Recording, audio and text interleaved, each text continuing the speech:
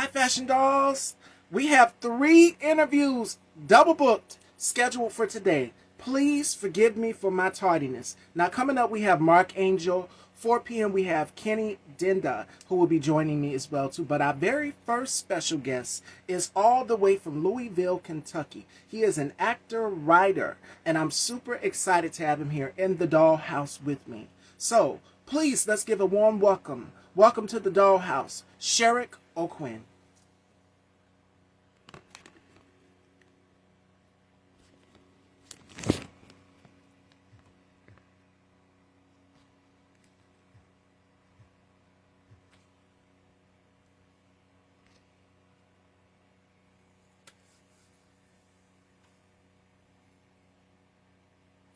All right, as we're waiting on our very special guest to get here, Fashion Dolls. Again, we have 3 shows scheduled today. This was not planned at all. It just happened. I double booked. But I'm super excited to get into my convos with my very special guest today. I'm looking forward to it. I'm definitely looking forward to it. We have some great shows lined up today. Again, let me see.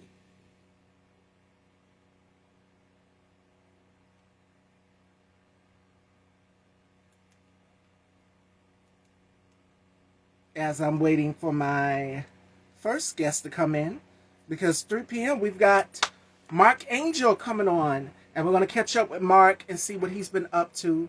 He's been back and forth doing a lot of performances, so we're going to catch up and see what he's been up to on his projects and everything. And then we have Kennedynda, who will be joining me at 4. So I'm going to merge all 3 interviews together. Again, this has never happened where I've had 3 guests in one day.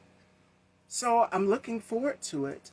I'm waiting on my very first special guest to get here so that we can get into this convo, and we can get this show started, Fashion Dolls.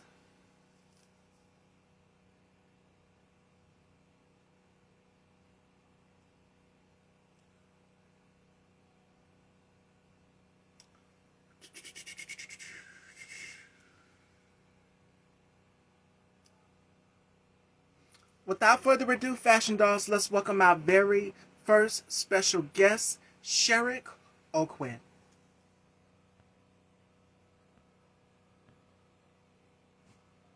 Oh, Sherrick, you have to update. Are you on your phone or laptop?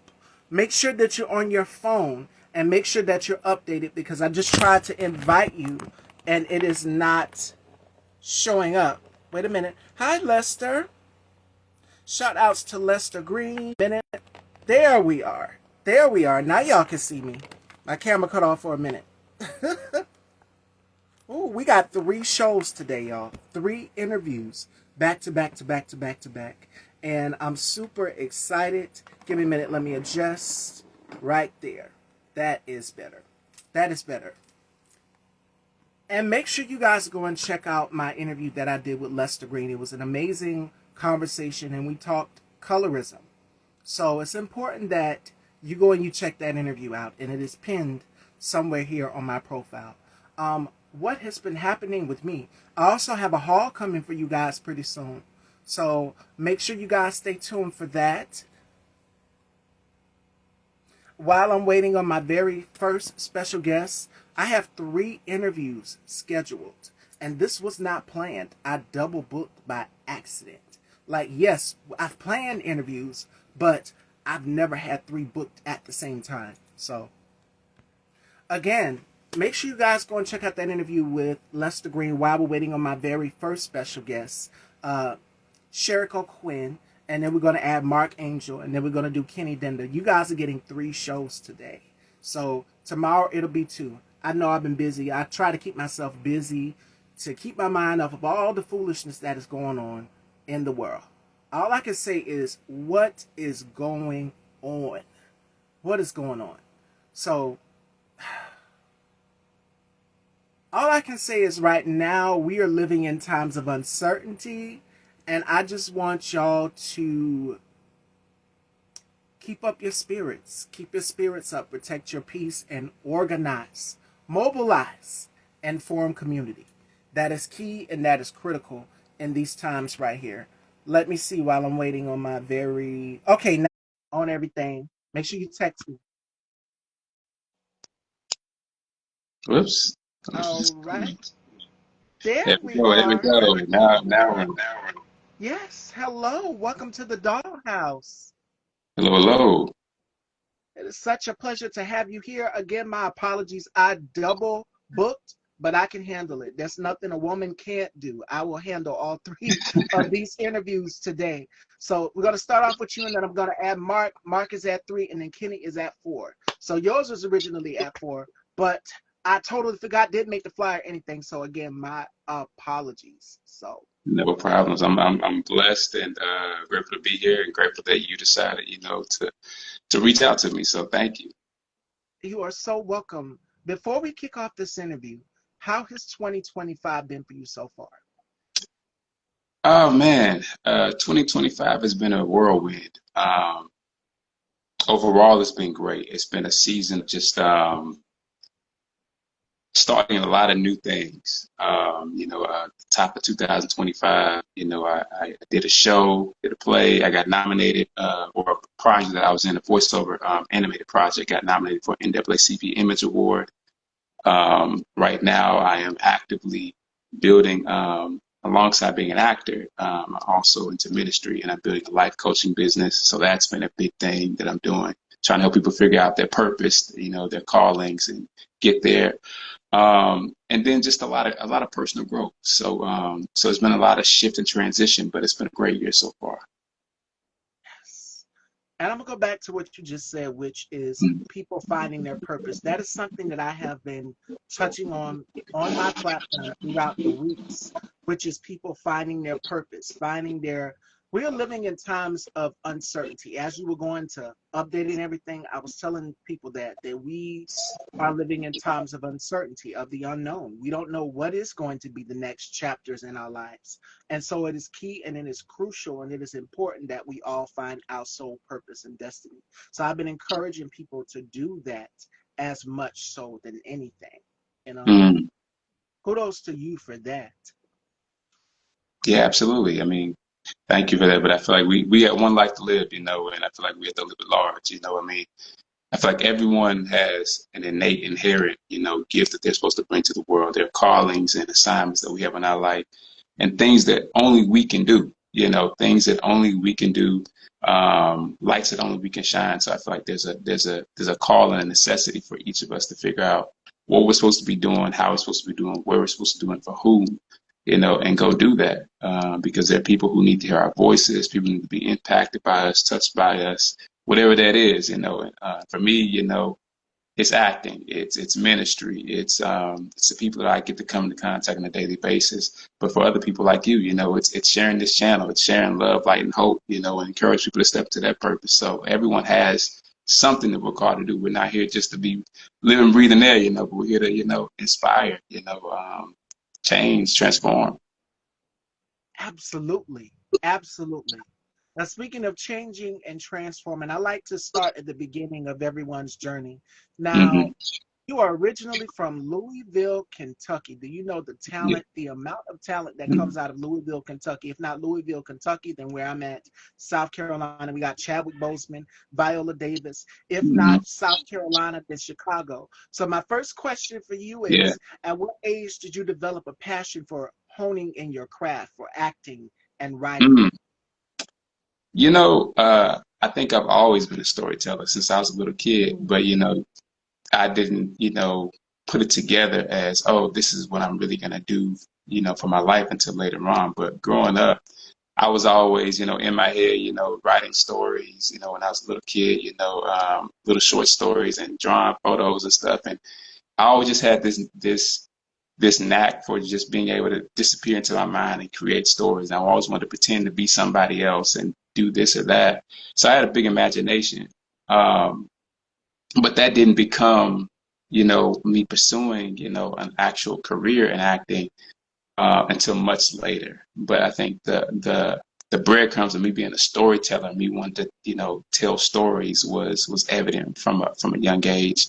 And then I think the thing that became like a portal for me to get into it was growing up and falling in love with movies. I'm old enough, to where I grew up, on the VHS tapes, and I remember, every Friday, my family going to, Hollywood Video or Blockbuster, when Blockbuster and all that stuff was still around. We go get a couple of videos, we, get some popcorn, lay out on the floor, have our palettes and everything, and watch movies. And I remember watching, Will Smith and all his big blockbusters and Denzel and all these people, and just being mesmerized and transformed into these worlds and wanting to do something like that.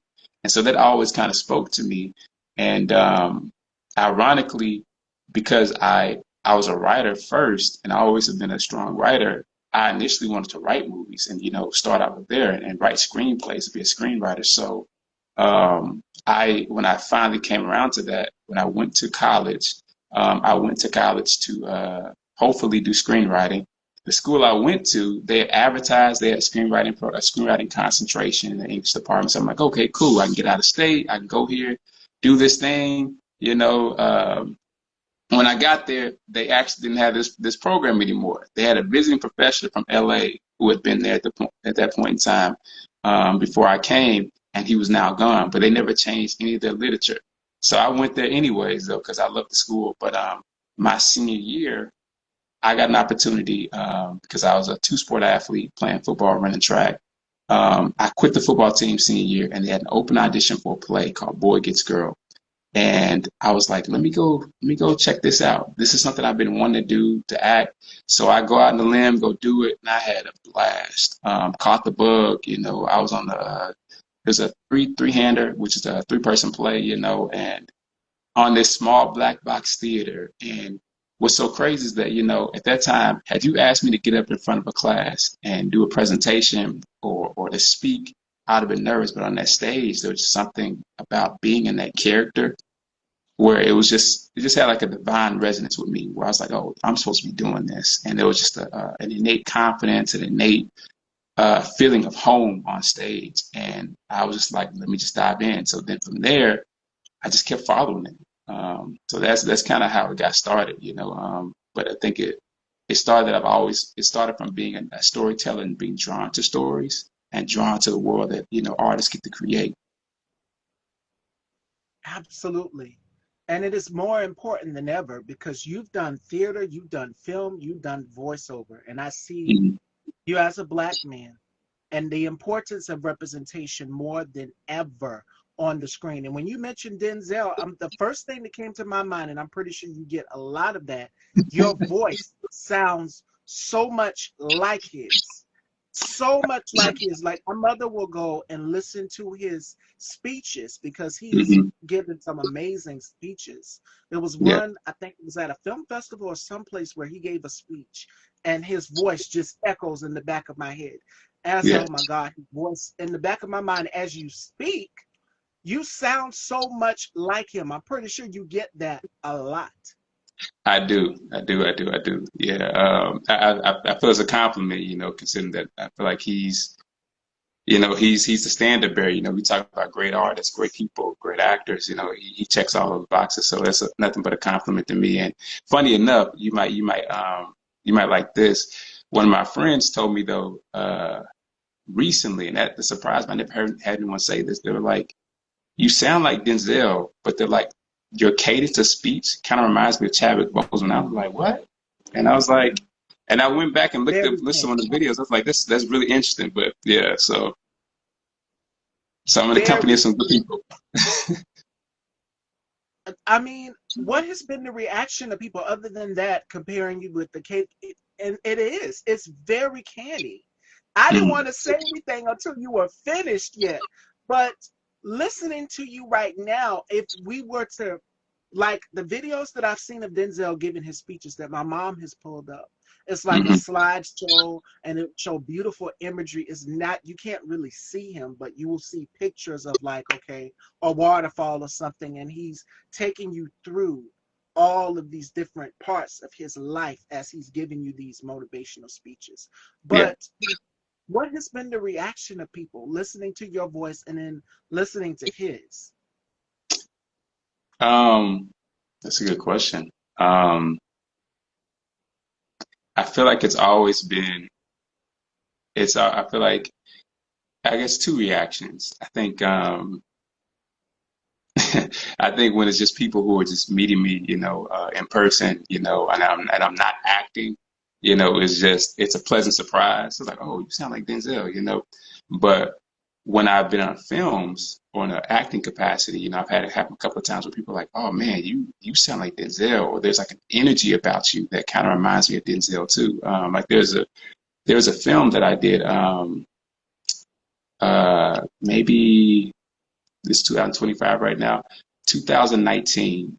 So in 2019, and I was doing the film, and the DP, the director of photography, and the director were like, "Man, you sound like Denzel." And the character that I was playing he was kind of, if I were to liken it to something, it kind of reminds you a little bit of like, in ways of how Denzel played Alonzo in Training Day.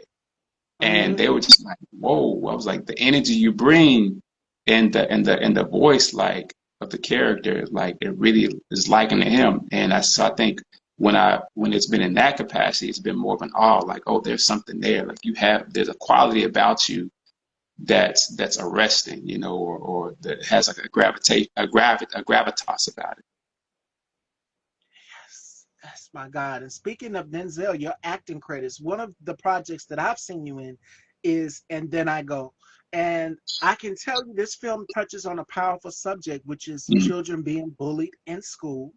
Mm-hmm. And you've worked alongside Emmy-nominated actors such as James Caan. You've worked with Mickey York. You've worked with Tony Hale. We'd be here all day listing them. Carrie Preston, who was on one of my favorite shows with Niecy Yeah. Nash, Claus. Hence Mm-hmm. my nails. I love long nails. But that's a whole other thing. Yeah.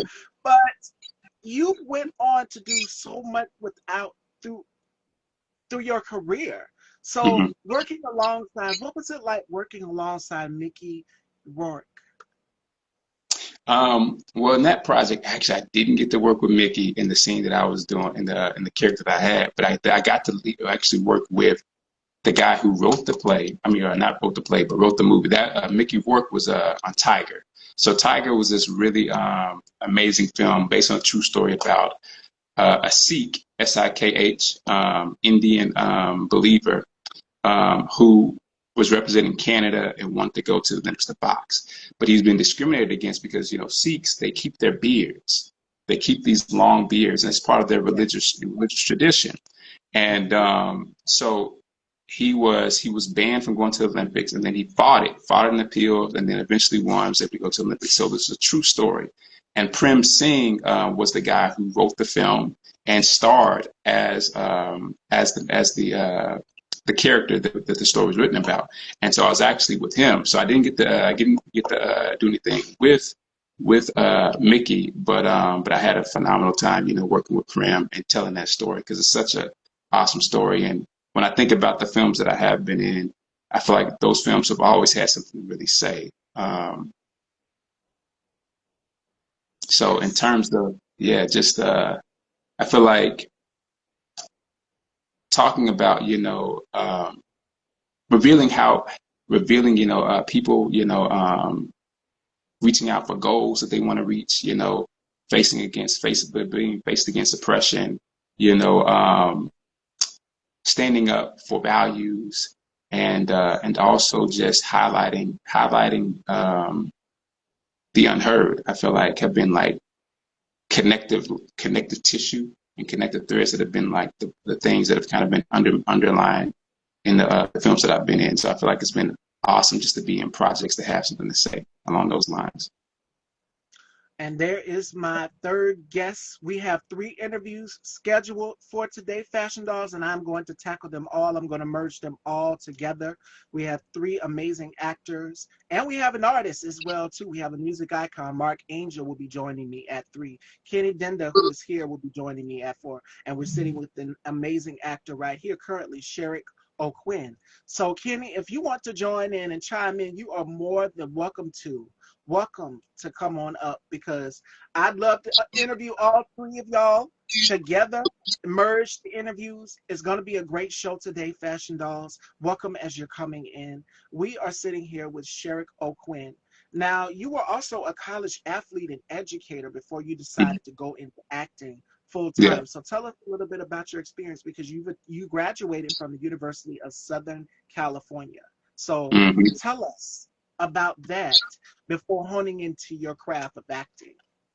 Yeah. So I was an athlete. Actually, in undergrad, I went to a school in Wisconsin, little bitty school called Beloit College.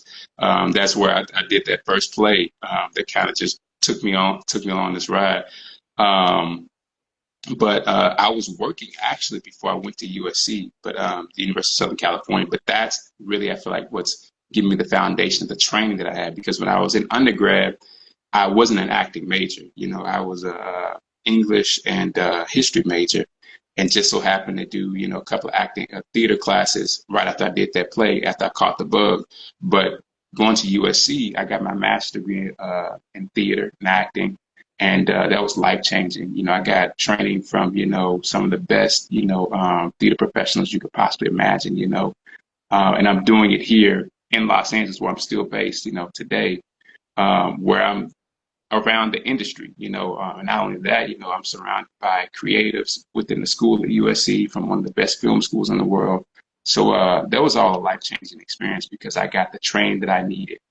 Because when I went, I knew I had the potential, to continue pursuing my craft. At that point in time, I already booked some of the movie roles you'd spoken about, but I knew that I wanted to have training that was going to give me the longevity and the ability to have a career where I could be a versatile actor, where I could really bounce around and do so many different things and not be, hemmed in by a lack of ability, to be able to do different roles and handle different burdens as an actor. So getting that MFA was awesome. It was challenging. It kicked my butt for 3 years, but it has made me the artist and the actor that I am today. Look at you now. Now you attended the University of Southern California School of Dramatic Arts and you obtained your MFA in acting. So hmm a lot of actors, we see stories where a lot of actors are going back to school, and I'm pretty sure you've seen the news. She's one of my favorite actresses, and she's a writer and she's a director. Debbie Allen is getting an honorary Oscar award. So we're seeing a lot of these icons who have kicked down those doors and shattered those glass ceilings for us that are in the industry to get where we're at in this point of our life, get their flowers and just do. And that was a question that I wanted to ask you. We talk a lot about legacy on our platform and what we want to do as we are writing our stories, as you stated in the beginning of our conversation. So how important is it that Black creatives tap and hone into that craft of going and creating and writing and directing and producing? We're seeing in these writing rooms it's important. So how for you, how important is that? It's incredibly important because we need to see the full spectrum of the Black experience. Yes. If we're not going out here and writing these stories and creating these stories, it won't get told. You look at that right now, the climate that we're in right now. There's an assault on people who don't look like a certain type of person. I Where didn't say it. I'm yeah, trying to put my seatbelt on, y'all. yeah.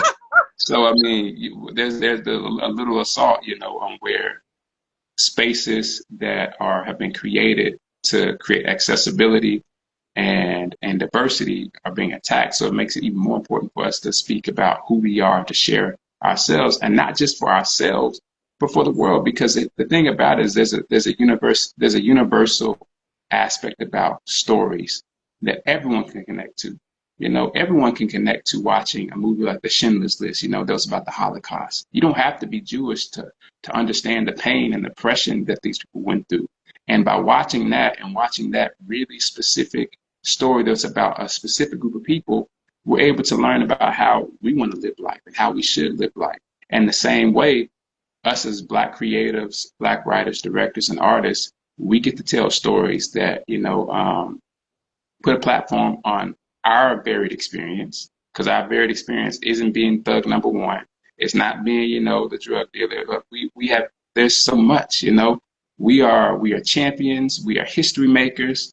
We're imperfect, but perfectly imperfect, all these great things. And so I think there's always a need for us to be doing this, because if we're not doing it, those stories won't be told, and will be lost in it. And that would be tragic, not only for us, but tragic for everyone else who could learn from our stories. Absolutely. Absolutely. And Jamie Foxx said this in one of his interviews. He said, the more they try to erase, the more we will replace. Black creativity, Black Mm-hmm. culture, and innovation through the arts of film, whether it may be film and or music.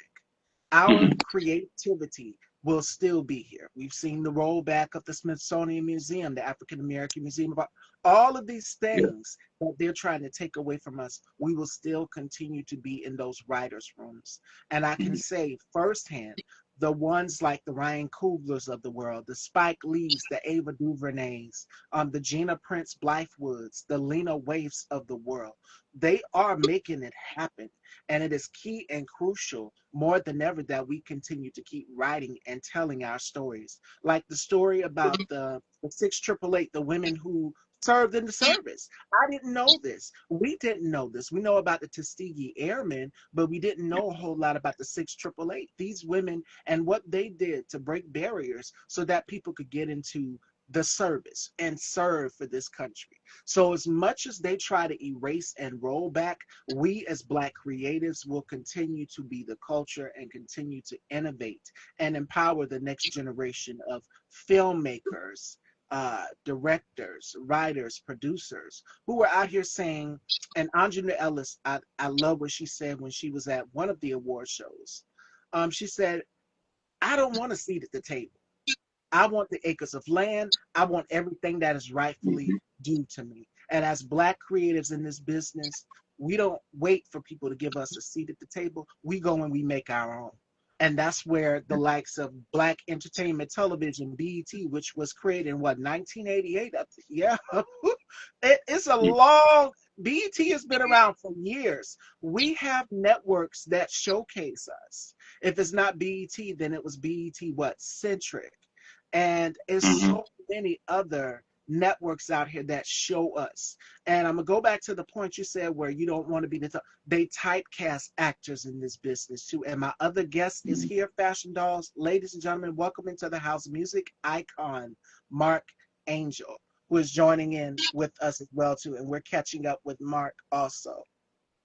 So let me add Mark. And we're going to continue this conversation and see what Mark's also been up to. And we've got Sherrick here, and then Kenny hopefully will be joining us at 4. Hello, my love. Hey guys, how are you? Can you hear me? Yes, welcome Good. into the dollhouse again. Welcome back for your second interview. I'm pretty Yes, sure you thank caught you. into some of the conversation. Sherrick, Mark Sherrick, we were just talking about Hi, the Sherrick. importance Well, of Black creativity, and that was something we touched on in our very first interview, Mark.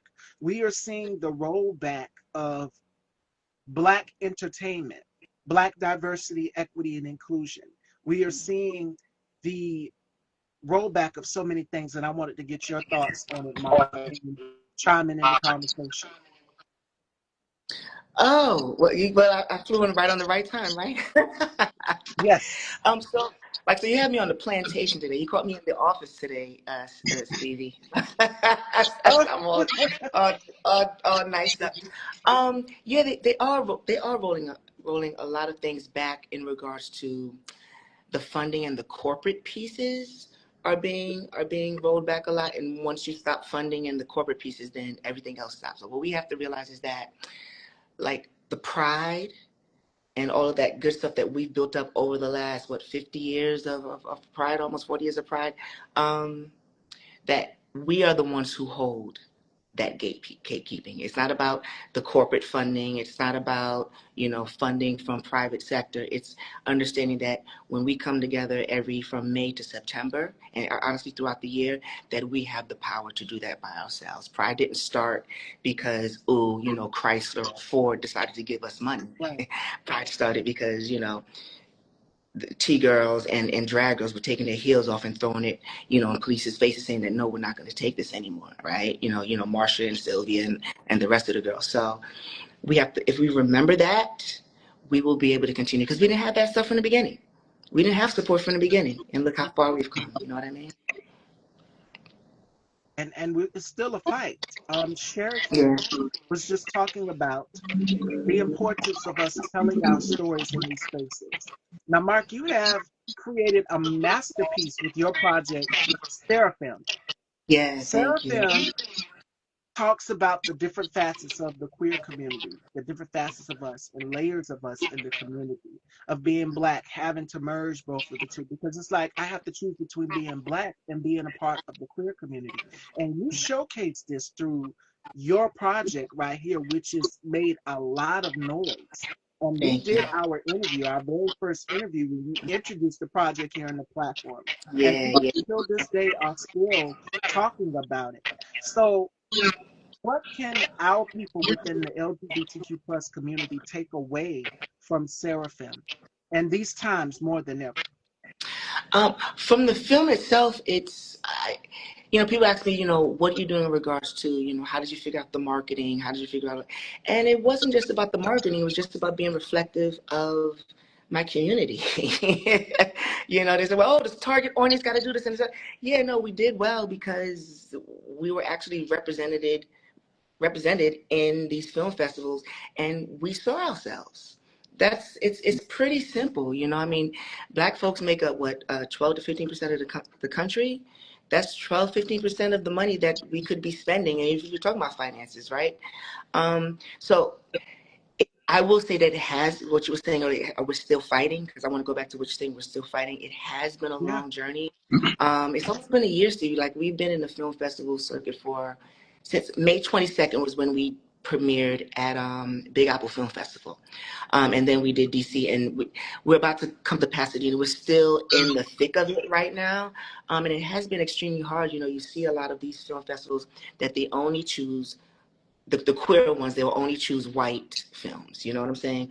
Or the Black straight ones will only choose straight ones, you know what I'm saying? And not reflect the rest of us as a whole. So there's been a lot of things, but I think that having a substantive story, making sure checking off all the boxes in regards to sound and quality of story and story and the visuals and all of the little things that make a film, of course. But then also being reflective of your audience. It's not just saying that's the target audience that I want and they're going to come to us because they're Black or because they're gay, but no, because we're telling their stories. So that was the root for Seraphim, when we started with Seraphim. Like, how do we tell the story between these two lovers? Of course, based off a soundtrack and this, that, and the third. But how do we tell the story of these two lovers that reflect real situations? We know drug dealers. You know what I'm saying? We know the guys on the corner. We know the T girls. We know the drag girls. We know the DL thug lover. We know all of these people in our community, and that's what's I tried to put in Seraphim. I tried to make it very holistic in regards to that. In that regard. So just being representative. That's my solution. and as it goes to the corporate aspect, Mark, and sure, this is for you too. Juneteenth, we just celebrated Juneteenth not too long ago, and we've Mhm. seen a lot of cooperation say, hey, we're not going to do this, we're not going to sponsor this year because of this particular. I'm going to behave, D. Brown actor. I'm going to behave, Administration. y'all. I would behave. Oh, it's hard to keep that seatbelt on. You just want to let loose sometimes. But what we're seeing now is a lot of cooperations who funded some Juneteenth events for us. So we're backing off. We're stepping off. And that's where we have to step in and use our Black dollars And I must say that we as Black people, as people of color, we have understood the assignment. So Mm-hmm. Target, Walmart, Uber, and any other brand that has said, we don't want that. If it's Black, we don't want it. Get it out of here. We Right. understood the assignment. We can easily Yeah. keep our Black dollars. So I say Right. that to say this for us as creators, each and every one of us on this panel here as individuals. We are using our talent. We are using our money. And that's what we have to continue to do is keep pouring into Black creators, Black filmmakers. What do you gentlemen think, Mark? Sherry? Go ahead, Sherry. Um, I think we absolutely got to do it. I mean, there's a tradition of us, mobilizing and saying, "Hey, we're gonna use our money, we're gonna use our action, to let our voice be heard." You go back to like the civil rights movement, the sitting boycotts back then. We had to do that just to get our voice heard. And it's like we're not taking agency. There's no one out here who's looking out for us. No one is going to care more about our livelihood and our well-being than us. So we have to make sure that we're doing whatever we can to. I think the first, put our voice out there and what matters to us, but then also to consistently, create, I guess, like resistance, because there are people, their lives are going to go on, white, in the white society, people who don't want to have diversity, who don't want to, have spaces of inclusion and diversity.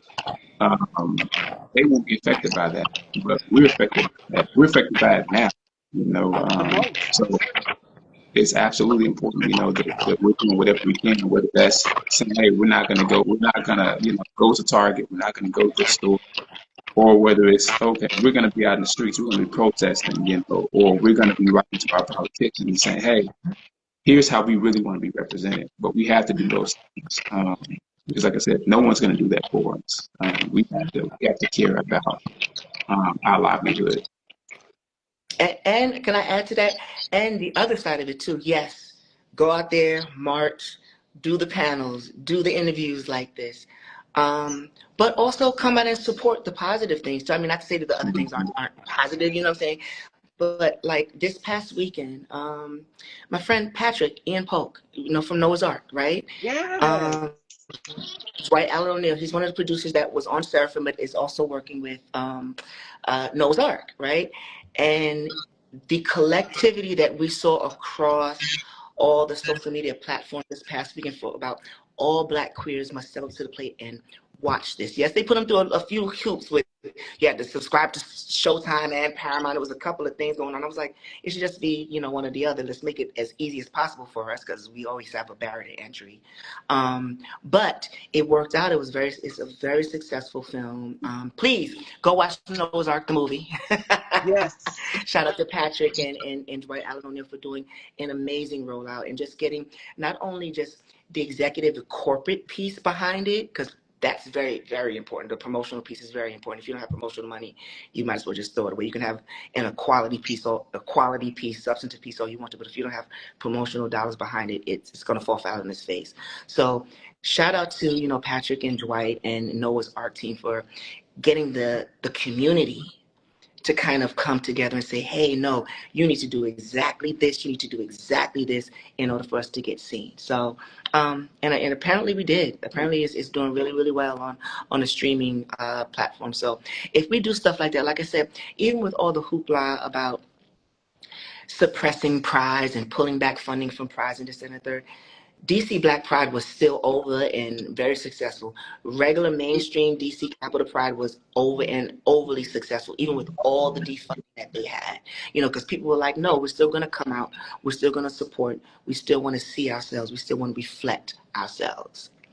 So, yeah, that's it. They can take the corporate dollars. The power's in the people. The power's in the people. And Seraphim, I did the film by myself. You know what I'm saying? I didn't get funding. You know what I'm saying? I said, this is a story that I want to tell. and I'm going to search within my community and use my $9 to $5 to build up money because it's this amazing story and amazing music that I want to tell. So yes, community, but also finding it within yourself to say, no, I want to stand up and I want to do this myself. Yep. And then you can do what you want. Yeah. Small word. And I wanted to chime in and just say. I go just want ahead, to say. Sherry. I'm sorry. I just you just reminded me. I had the privilege of actually. I had a callback. One of my very first callback auditions when I started my career was actually for a mini series, a TV series that After Ian Polk was doing. It was Oh, filming down wow. in New Orleans. Yeah. So that I totally forgot about that till you brought that name up. So 360, right? I was full just circle. Yeah. about to say that, Mark. A full 360 moment. And Sherrick here is a writer and actor. So when you looking to do a Okay. like Beyonce, where she's doing Cowboy Carter, she did Renaissance Part One, and then she's doing Cowboy Carter. Mark, that was going to be a question that I was going to ask you. Are you going to do a part two? And if you need an actor, Jared, okay, so see the this merge? yes, this is the connection piece. So the idea for Surfing is not to do a sequel. Actually, of course we want to get distribution and do all those things and get a platforms and stuff, which they're in our ears now. But we want to make it the right home because, like I said, if you're not promoting it right, a platform doesn't matter, right? Like, but there's an idea for later on down the line because I have a few other projects in between this. But later on down the line, actually bring it to the stage to tell the first hour story of what happened to get them to that point, and then tell the rest of the story. And hopefully, I mean, it's a musical, so I think the people that I've spoken to that have watched it have said it would probably translate really, really well on stage. So hopefully, one day, A but that's live after all of adaptation. I could see that. yeah. Yeah, I don't want to be in it. I just, You want to be behind the lens. I just want, yeah, I would just, yeah, and I think that, that's more of where my head is at. Yes, people are like, are you gonna have more albums and stuff? Yes, of course. That's marckangel. That's the day job, right? But yeah, creating more films and getting on that side, the behind the scenes aspect and the production and direction aspect and the writing. So, Sherrick, we will talk. Yeah. And that's the power of networking. That's what we as Black creatives, Black filmmakers, and directors have to do. And speaking of which, I'm seeing more creatives come in the comments. Shout outs to my brother, K Tooks 85. He is the host of the K Tooks Spot. And we've done several collaborations together. He just did one of the biggest interviews in the world with Hodge from the girl group SWV. So y'all make sure Yes, y'all yes, go I and saw it. check Yeah. that out. Hmm. Hmm. Definitely. He did an outstanding job. Brother, you nailed that interview. I'm so proud of you. And it is much more to come for him in the future. Like we've done a few collaborations together. And people try to pit us against each other. I'm just like, no, that is my brother. We operate differently how we host our platforms, but we have so much love for each other. And that's the thing about us as Black creatives. They sometimes pit us against each other. And it's just like, no, there's enough room for everybody that is Black to shine, to have their platform, to have their piece of the pie too. And Hmm. that's something we have to get out of, as we have to root for the next person as well too. And that's why I wanted this worked perfect in God's timing. So when Mark mentioned Patrick Ian Polk and then Sherrick did an audition, so you see that 360, that full circle moment, how things work and how God aligns things. This was not planned at all. It was only going to be 2 interviews, but I double booked, and I said, you know what? Let's do 3. Sherrick messaged me, and I forgot that we had an interview scheduled. Forgot everything, didn't make his flyer. But I said, you know what? I'm gonna make it up to him. I'm gonna make it up to all of my guests, and I'm going to do 3 interviews in one day. I said, I'm a woman who loves to multitask, and I get it done effortlessly. This would work. So this is God's divine timing right here. You got an Funny. actor, you got a music icon, and then you got another actor that is coming on at 4, and that's Kenny. So it worked perfectly. It worked perfectly. But I say this to continue the conversation. What can we do as Black creatives to move forward? And Don Lemon said this. Don Lemon said that it is important that more than ever, we continue to use our voices and our platforms in these times. How important is that, Mark and Sherry? I'll Go ahead, let you put Sherry. this down since I went first last time. Yeah. Oh, me? Yeah. Okay, so Yeah. Um, how is it important to use our platforms to keep things going? That's what I've been doing. Like ever since I started, well first let's rewind. I think that being a openly black queer artist in itself is political and is a statement and is coming through the door saying no, I'm about this, that, and the third.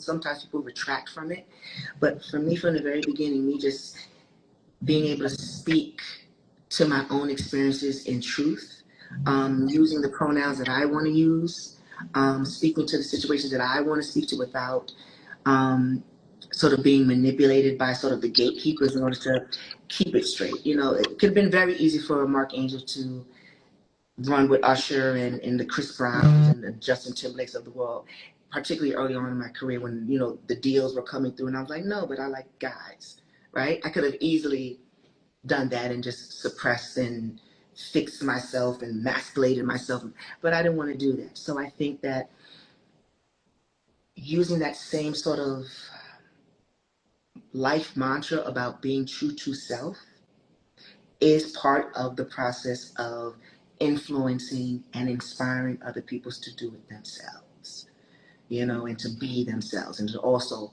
just 100% say, no, this is who I am. So that's how it started for me. And you know, the arc of just putting it in my music, finally getting to surf and putting it in my music videos. You know, I always have a beautiful queer black, you know, actor in my stuff. Just to show different parts of us, light skin, dark skin, you know, skinny, thick. I like to show all of those types of things, reflect all of those things. Like I said, trans, pan, all of it is in, you'll see that throughout my career. There's always a splash of something that says, I'm looking at that, I'm focusing on that. That's something that's important that we need to pay attention to. So it's just constant. I'm just so used to it now. So when people say, "Oh, Mark, are you an activist?" I'm like, "Yeah, I guess so. I guess it kind of it's always Of been your that way." But creativity. yeah, it's activism just means you're actualizing your truth. You're actualizing what's going on. You know, you're trying to make change with your truth. So yeah, just I say just continue being open, being yourself, and doing the things that make you happy and reflect what's going on in your life, and that will automatically inspire other people. Mm. I think it's really powerful. And I really gravitate to just what you were talking about, with just making sure that we're representing the diversity of our experience, because there there are so many different experiences that we have as Black people, and I feel like that's uh, one thing that I feel like sometimes can get lost is that we've seen in the past, we've seen certain stereotypes, certain stories, that get pushed forward that define our narrative. And I feel like the reason why we have the platform and create is because we get to push that narrative. We get to design it. We get to mold it for our agency. We get to show we're bigger than the ideas and stereotypes that people have for us. And that by doing so, we get to show, hey, as I was saying earlier, like we're everything. We're leaders. We're mothers. We're fathers. We're heroes. We're trailblazers. Some of us are on the corner. The drug dealer in the corner. But also there's nuance in all these stories because these are humans living lives, chasing dreams. We have desire. And for me as a creator, I think every story that I want to tell, it's about how do we reconcile all of our humanity. How do we reconcile the good and everything in the in between? Because I feel like that's what we're always chasing. We're trying to how to reconcile everything that we are and own that, and recognize that that needs to be seen. We need to step into it because that's where our power is. Power is men trying to, you know, live in these white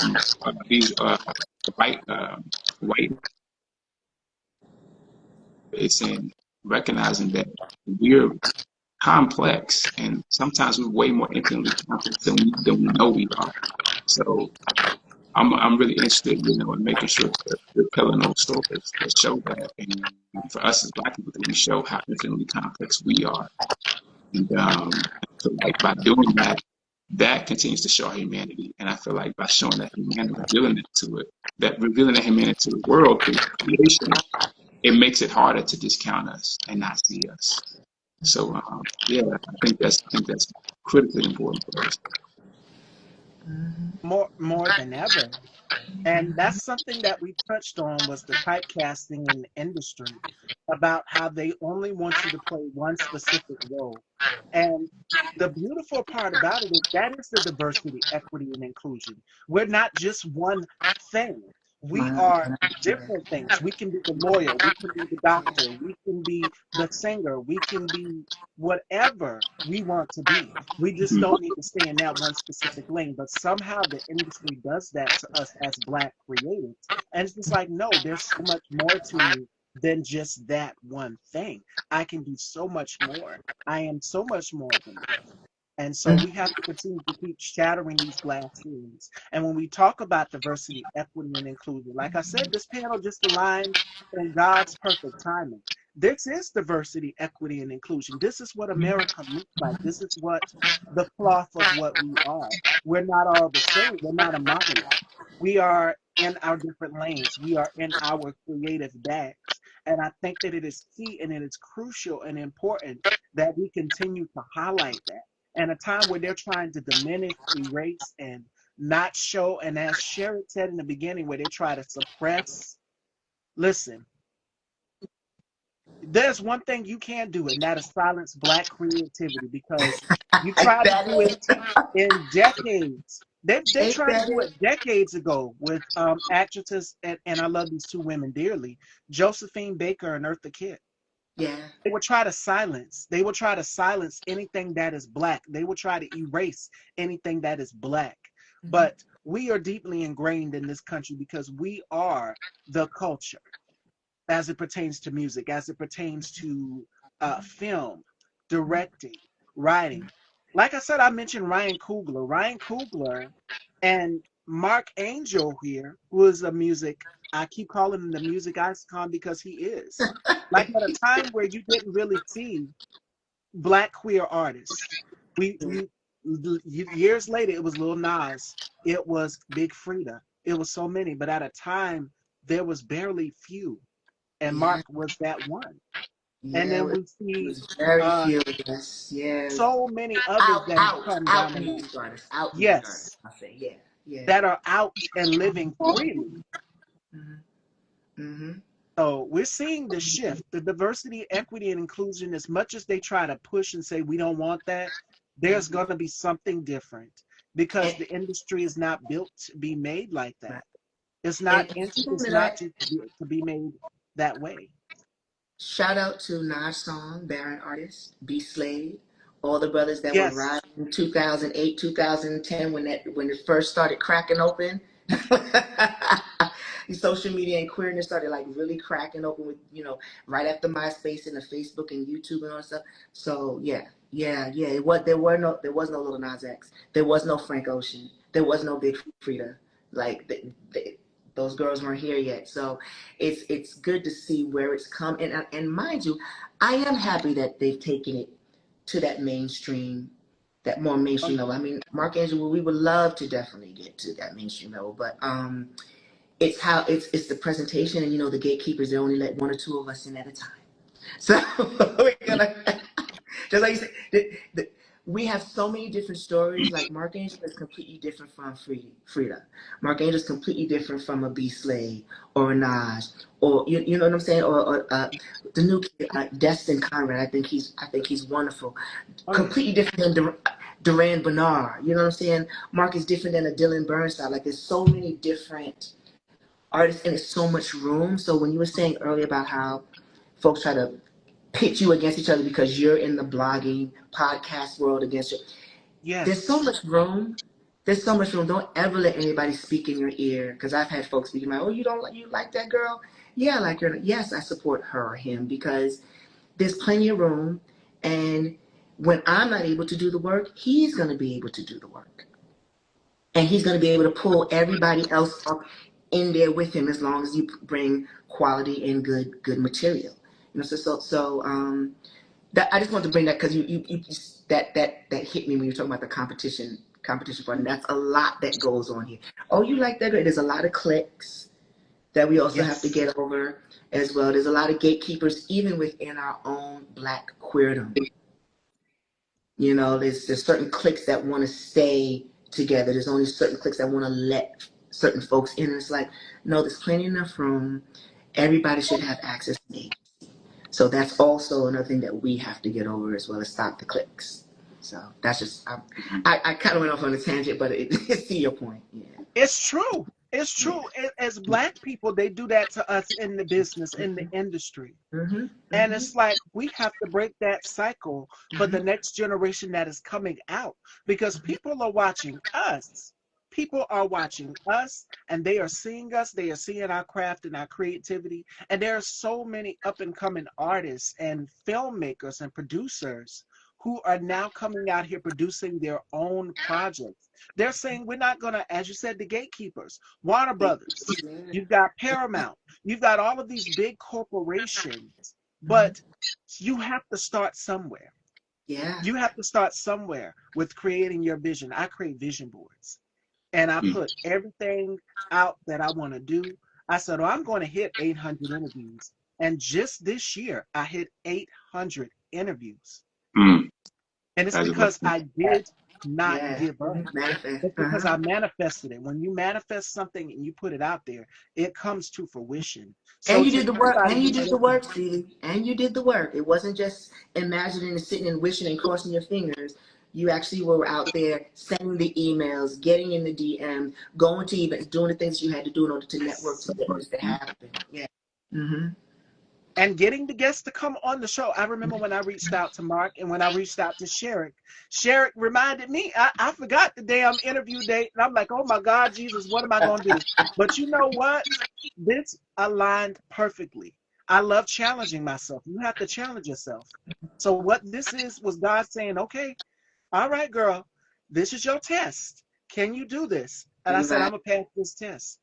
I love proving we as Black filmmakers, creatives, when they try to tell us, no, we can't be in this space, you're not welcomed here, you are welcomed here.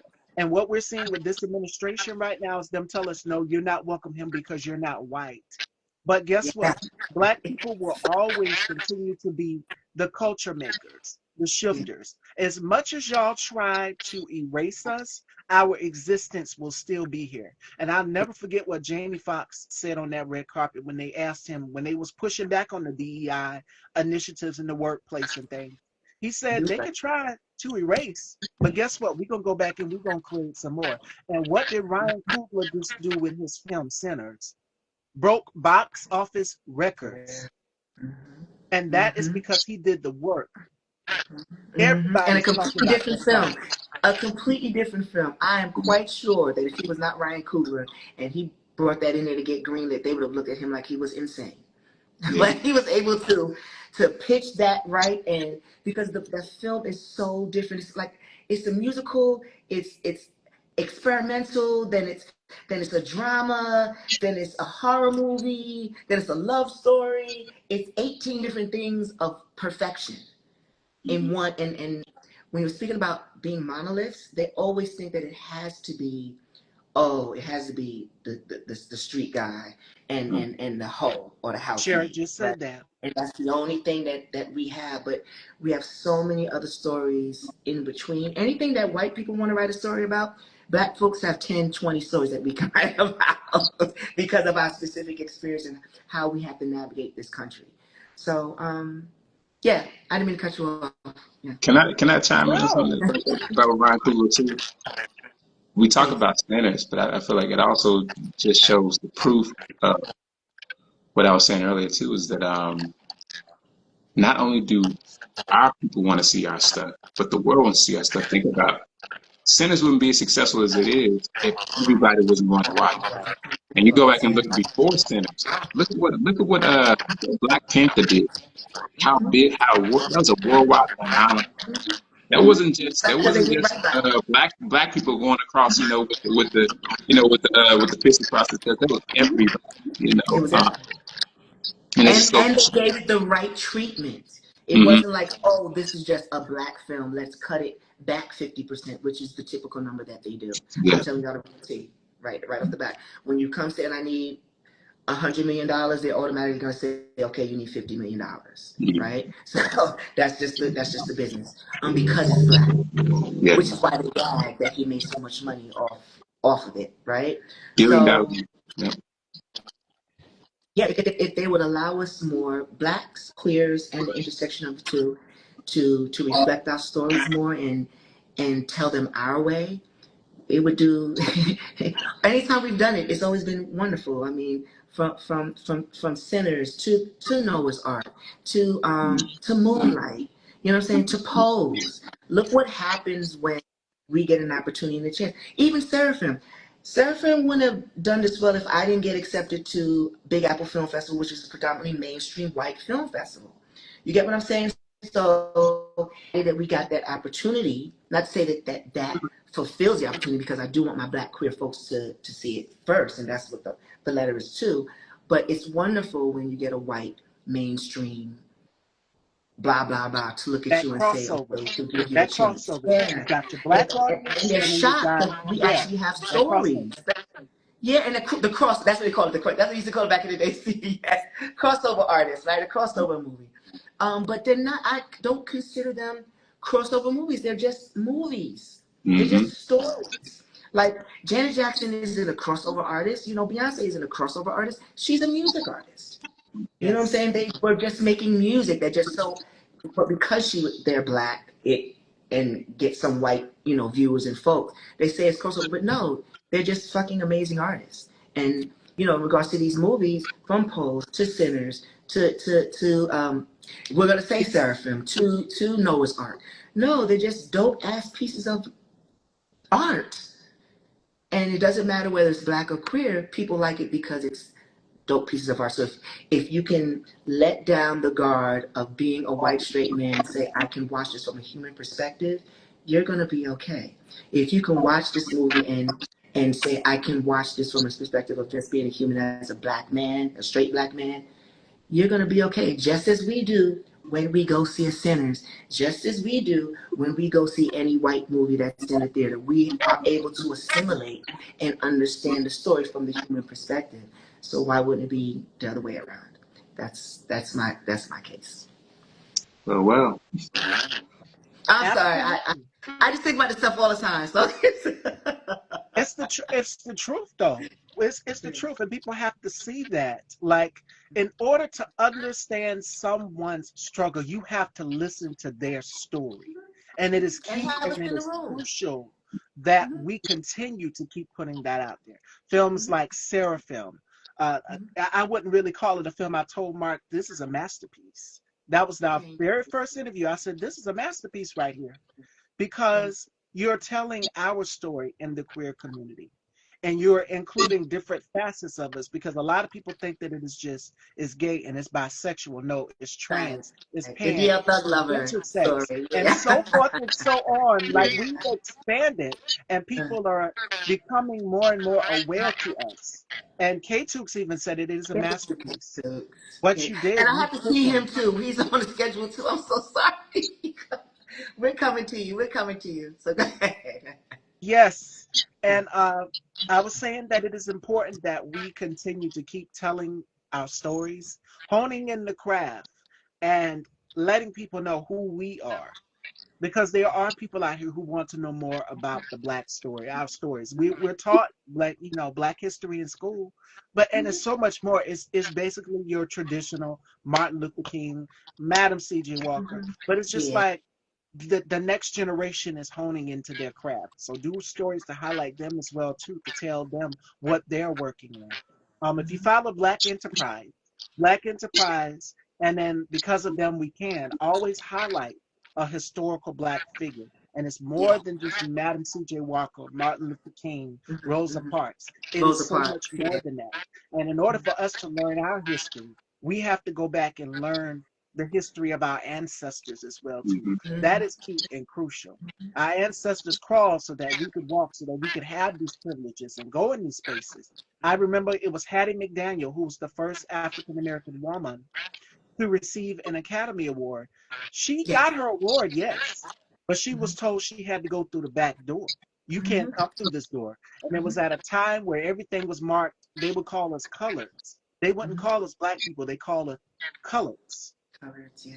So what we're seeing right now with this administration, I'm trying to keep my seatbelt on, Brother K Tukes. Brother K Tukes knows me because I want to let loose so bad. But Alvin, V Brown, actor, singer, and K Tukes, I'm trying. I'm trying. Because y'all know I've been going crazy lately on this Yeah. administration. I have just been letting loose. But Yeah. I'm going to say this. We're going to be okay. Black people, we're going to be okay. Mm-hmm. It's in our DNA. It's ingrained in our DNA. Our ancestors did this. Y'all saw how that plantation burned down? I'm going to just say that. Did y'all see how that plantation burned down? The ancestors are listening. So to black people out here, we feeling discouraged, we feel angry, we feel all of these things. Take that anger, take that energy, produce, create, write. People, I Mm-hmm. get a lot of DMs from people all the time, Miss Stevie, what can I do? What do we do next? You keep living. Show up You keep and do it. existing. And as Mark Mm-hmm. said, show up. Get up Mm-hmm. out there. Don Lemon even said it. Now is not the time to be sitting idly by. Get up and create. And I'm Mm-hmm. encouraging each and every one of you. If you have a platform, get that camera, get that phone, start recording, talk about it, Your and experience, take yeah. it. And you know where I'm going with this because she made a profit off of this and got a show on HBO. It's Issa Rae. Issa Rae gave us Insecure. Yeah. So she I started remember Issa when she was on YouTube, the like awkward black Awkward girl. Black Girl. Yeah. Yeah. She took it, she started recording right on YouTube. Do your thing. Now is the time to create and tell black stories more and more. Because they want what they want to do with put up the Confederate monuments and all of these things. Oh no, we're not about to erase our history out of this country and celebrate traitors. We're gonna celebrate black history. They Yeah. tripping off of Juneteenth. Yeah. Oh no, baby, y'all ain't seen nothing yet. Yeah. Black people not going nowhere. We will find our joy. And as Sherrick said in the beginning of our conversation, he was saying something about resistance. I'm pretty sure everybody caught it. Joy is a form of resistance. Yes. Juneteenth, when we celebrate Juneteenth, I'm gonna tell you what I did. I went and my uncle barbecued. Black people were out celebrating. Black Mm-hmm. people were out celebrating. Take Respect. Juneteenth and make it into a documentary. Make a Juneteenth Hmm. documentary. Opal Lee, the They'll woman, be one soon, I'm sure. They the have to. grandmother of Juneteenth, Opal Lee, she's still alive and living. She survived the Tulsa, Oklahoma riot. She survived these things. So it is important that we get out here and we talk to our elders, talk to our ancestors. Angela Mm-hmm. Davis still out here on the front lines, still Mm-hmm. alive. Mm-hmm. Mm-hmm. To find Um, out the stories of what, yeah, yeah, because it's the last of it. Like they check it out. So we the gotta, next our generation, we're elders the next gotta hold generation, on. we're the Yeah. millennials. Mm-hmm. So it is our job to pick up where they left off, to tell their stories. Ryan Coogler is doing it. Issa Rae is doing it. Lena We're Waithe. seeing so Lena Waithe, so Yeah. many others that are out Mm-hmm. here creating. So Mm-hmm. my advice to anybody during this time right now would be do not sit idly by. Right. Get up, get a pen and paper, write your script. Go Mm-hmm. ahead and start writing. Get on that laptop, start creating your Yeah. script. Mm-hmm. Your Put it to notes. use. Yeah. Take your note on your phone. your, Absolutely. your your voice recordings. Do it all. Yeah. Yeah. Yeah. And I want to add something to that too, Stevie, if you don't mind. Go ahead. Yeah. I also think that while us black folks are enjoying our brunches in our pride season, right? You know, because we're like, we've done enough work because we're exhausted. Like, it's not like we're not there. Yes. We're here, but we're observing. You know what I'm saying? We're observing what's going on because our brown brothers and sisters needed an ass kick. They needed to understand that it wasn't about being black. It was about you're not white. And they found that out very quickly just now. So I don't think that we should be angry with our brown brothers and sisters. We need to continue to speak, edify, include them with us, because they are Yes, going to need us, particularly right now. We've already been beaten up so much. Like, girl, you got the muscles. You got to catch up. You know what I'm saying? And also, our progressive white folks. Like, we can't leave them out. Like Shirky was saying earlier, like, the reason why Black Panther and all these things did well is because you have progressive white folks that are like, no, I can relate to this. It doesn't matter because his melanin is different than mine. exactly. I can sit down and relate to this story, and if I don't relate, I can learn something from it. Right? So we need to speak to our white progressive brothers and sisters. You know, when they speak about meritocracy, you can't speak to meritocracy and have this idiocracy leading the way for you. That's not, the hypocrisy is not going to work anymore. You know, you have idiots up there. You know what I'm saying? Folks who are not just underqualified, but not qualified at all for these roles, right? And you're putting them in there, but then you talk about merit. That's bullshit, right? So our white brothers and sisters that are progressive and forward thinking, we need to still hold conversations. And our brown brothers and sisters who were dumb on November the 4th, 5th, we need to bring them in and reel them in and say, okay, y'all had fun. Now what are you gonna do about it? Here we are. Yeah. Because we're not going to quote unquote win without them. You're talking about 15%, 20% of the country that's brown, right? 30% of the country is mixed, right? Whether it's black, white, all the different things. And you have 12% of the country that's black, 15% of the country that's black. So we're not going to win it by ourselves. They're not going to win it by themselves. We're going to have to do this together thing. And that's where we're at. So I'm at with it. But it's not for not letting them know that they fucked up. Because that you fucked up, and you fucked around and you fucked up. And now here you are. After shitting on, excuse my language, I mean, I know this is the internet. After shitting on all the queer people, all the black people, all the women that paved the way for you to get here. So yeah, you fucked up. So come on home and let's try to figure this out. That's pretty much where I'm at on it. Absolutely. And I'm from New York, so my mouth is.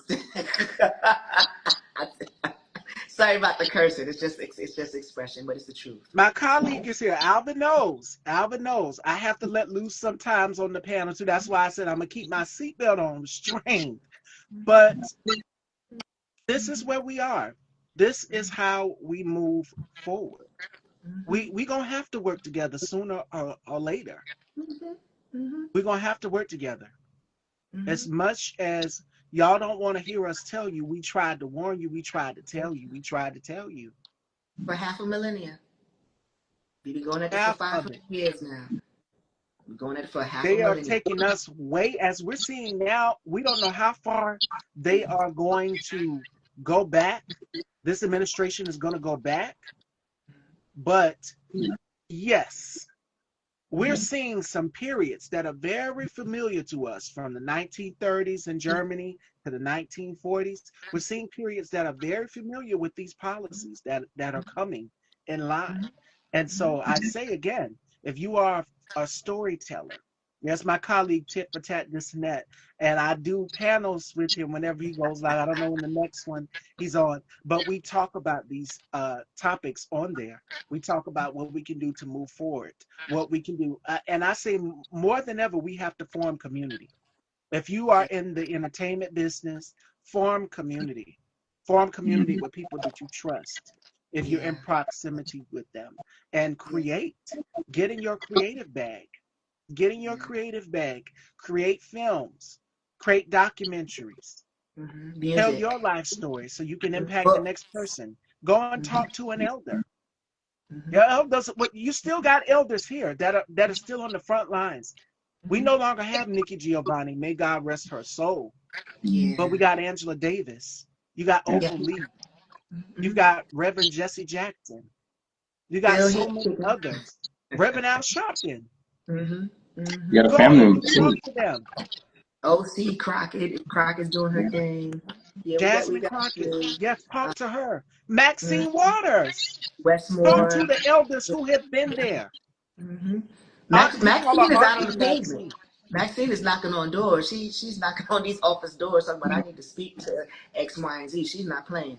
Yeah. I got Talk to your elders. That's yeah. what you do. Mm-hmm. I think we have such a wealth just in our own families too. You know, you think about it. Like my family comes from Mississippi originally. You know, Ooh, I literally just saw when yeah. my cousin shared something to the elders of my family about how in '69, how when the little town that my family is from, Grenada, Mississippi, they were asked to integrate the pool. Instead of integrating the pool, the school the board of the city got together Emptied it. and they put cement in the pool Yep. Mm-hmm. and filled the pool up. Cemented it over. Yep. And then, I have aunts, aunts and uncles who were, when in the civil rights movement, they were going out with my grandmother. They were arrested, arrested, separated, put in different jails. And you talk about the parallels. Those people who are being arrested right now, who are citizens being arrested, and being put in Mm-hmm. ICE detention centers, and being separated. So yeah, Mm-hmm. we definitely have to speak about where we've been. And we're seeing, in days, we're seeing years erased. Yeah. Yeah, I was gonna say, Alvin. um, it's very Gestapo-ish, like with Hitler and the Gestapo. But after thinking it through, the Gestapo and Hitler were based off of American slavery and oppression. yeah, So they learned from us. yeah, They learned policing from us. yeah. I just thought about that. That's crazy. So yeah, yeah, yeah. It's, Alvin. I'm yeah. trying so hard. I know you want to go, but yeah. That was a crazy thought I just had. It just blew me right now Yeah. when I History thought that. repeating No, itself. like the Yeah, Everything Gestapo. No, y'all are saying, we're mirroring ourselves right now. Yeah. Yep. everything you, Mark, and Sherrick just said is what me and my colleagues Alvin have been talking about. And me, I'm trying to keep my seatbelt. I'm literally over here patting my knee like I've been saying this.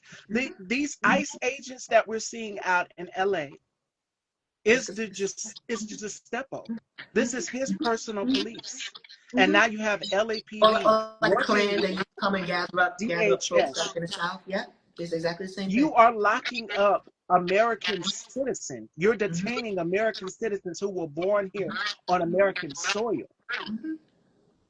And even if you're not an American citizen, you are due process yeah, for part of being on this means. So if we're not obeying laws and constitutional laws, it's a constitutional crisis. She So wants to yeah. go off.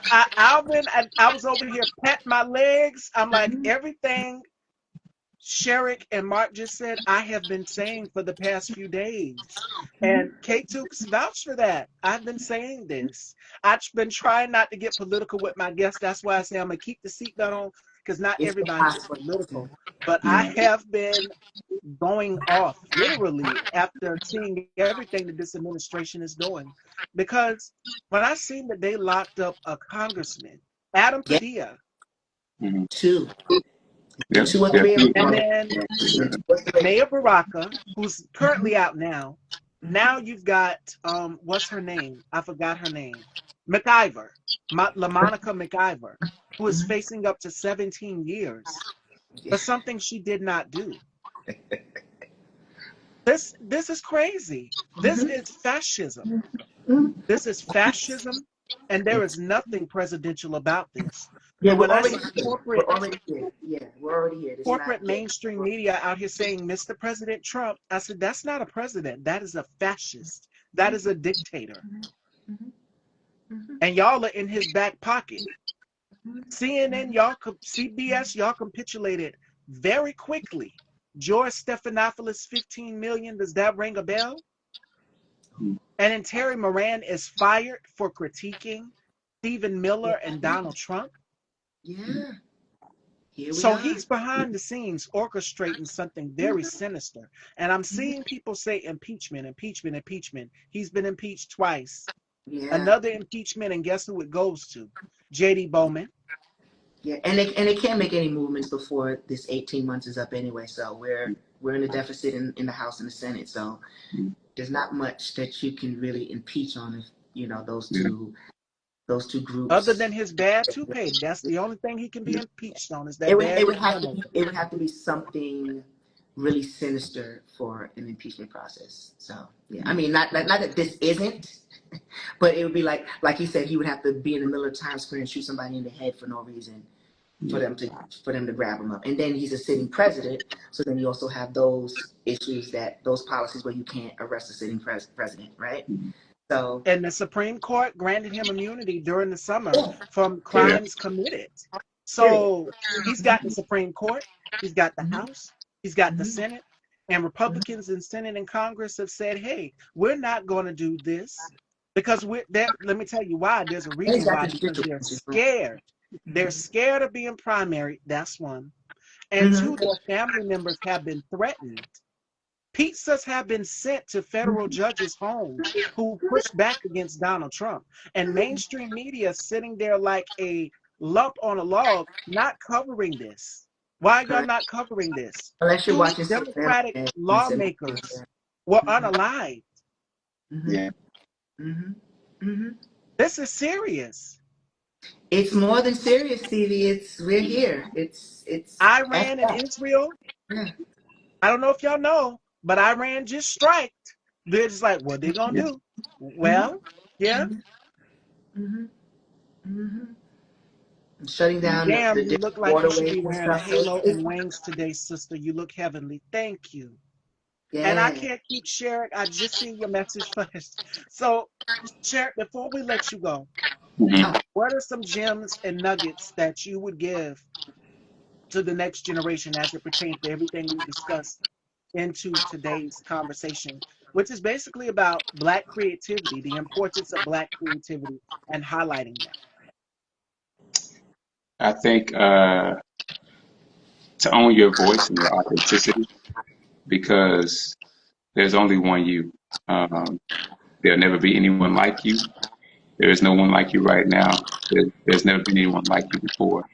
So to own your authenticity and your voice and to really let that light lead you and how you tell your stories, because you can only, there are people that only you can reach, and so step into that light. And then I think just on pursuing, what you're made for, to remember that we only got one life, so go pursue the things that call Yeah, out to you and speak to you, our because interview. you have a wonderful Okay. opportunity, but time is always ticking. So it's like, go out here and do the things that call out to you, because people need to see you. Because I think the gift of us stepping out and being who we're called to be. Marianne Williams has this wonderful poem that says that we give permission to other people to share their life. So yeah, that's my favorite quote. yeah, love it, love it. So we got to do it. We got to do it because we get other people are watching us, even if we don't know. So Mm-hmm, yeah, whether it's acting, whatever it may be, go do your thing and do it being you and doing you. Yeah, mm-hmm. that's my final word. Authenticity. Yes. Who Authenticity the hell are is, you not to live in your own light? It's an insult to Yeah, the world. And it's an absolutely. insult to God. Yep, absolutely. Mm-hmm. look at there, it's in sync. I sense a collaboration in the future with Mark Oh, we and gonna talk. Sherry. You're about to friend on IG right after this. So, all You're in New right, York, Pastor. right? Are you in New York? Los Angeles, Los Oh, Angeles. you're in LA. Okay. Yeah, Okay. Yeah. Okay. That makes sense. That makes sense. yeah, yeah. Mm-hmm. Well, I gotta say it's been a pleasure. I am deeply humbled and just grateful that you had me on the show. That I got to also be with you, Mark, as well. And thank you, thank you, thank you, thank you, because this is an awesome platform that you guys. So thank you for doing what you do. Thank Great meeting you. you. Who are these Yeah. wise and handsome men you're talking to today? Well, we have music icon Mark Angel. Seraphim is out now, and we have Sherrickoquinn, who has done so many amazing projects. And then I go, make sure you guys go and check it out. That's one of my favorite ones. It touches on bullying in the school system. So make sure you guys go and check it out. Mark is the GOAT, period. Yes. Thank you. These are people who have been around for a while. But yeah. Oh, if so, I know you're not going to be in New York, Sharik and Mhm. Stevie. You're in New York, though, right? You're in where you at, Stevie? I'm in South Carolina, but That's it right. was You so are in crazy because I have SC. family in New That's York. My right. sister's That's up right. there. I have cousins up there too. Yeah. Well, this Wednesday, I'm performing at New York City Pride. So that's why it took so long. Like all of this back and forth. Steve, I was like, oh gosh, I gotta get to her. I gotta get to her. Yeah, New York City Pride. At Phoenix 360 Showcase. It's going to be at the Chelsea Table and Stage in New York, 7 p.m. on Wednesday. Please come out. We have an amazing show. Splash T is coming. A trans girl rapper who's just fucking dope. She was in Oh, Sarah. hell yes, I'm coming. Yes, I would love to So come. please come out. I'll put more stuff up on the page. And then of course come see Seraphim. You know, Seraphim we doing DC next month, and then we'll be doing Pasadena. Sharik, Pasadena. We're doing That's my neck Pasadena of the woods. Yeah. August. I think August 1st. I'll make sure. I'll send it to you. So if you can definitely come out, yeah, so you can see the film. But yeah, that's what's going on with Mark. All right. All right. All All right. right. Well, I'm gonna hop off. Y'all have a great day. Y'all be blessed. Great seeing you, Sharik. You too. All right, fashion dolls, ladies and gentlemen, Mark Angel, and we've had Sherrickoquinn. Now, joining me next, we have Kennedynda. Is Kenny here? He is here. Kenny, update, and then I'll add you on. You guys got 3 interviews today. And Mark, if you want to stick around or if you have to do something, let me know. I got like 5 minutes. Oh, you got to I go. got Okay. I got 5 minutes. Yeah, yeah, yeah. So, we had a What? great discussion today, and I hope you all have caught up. Bring it to Washington State, the Paramount that would love you. Bring it to the Washington State, the Paramount would love you. That's what Okay, all Nolan right. I said. will. I will definitely look at. I'll look at this will have a transcript as well, right? At the end of the video, so I'll go Yes, and I'll. I'm gonna upload to the channel so you guys can be able to check it out.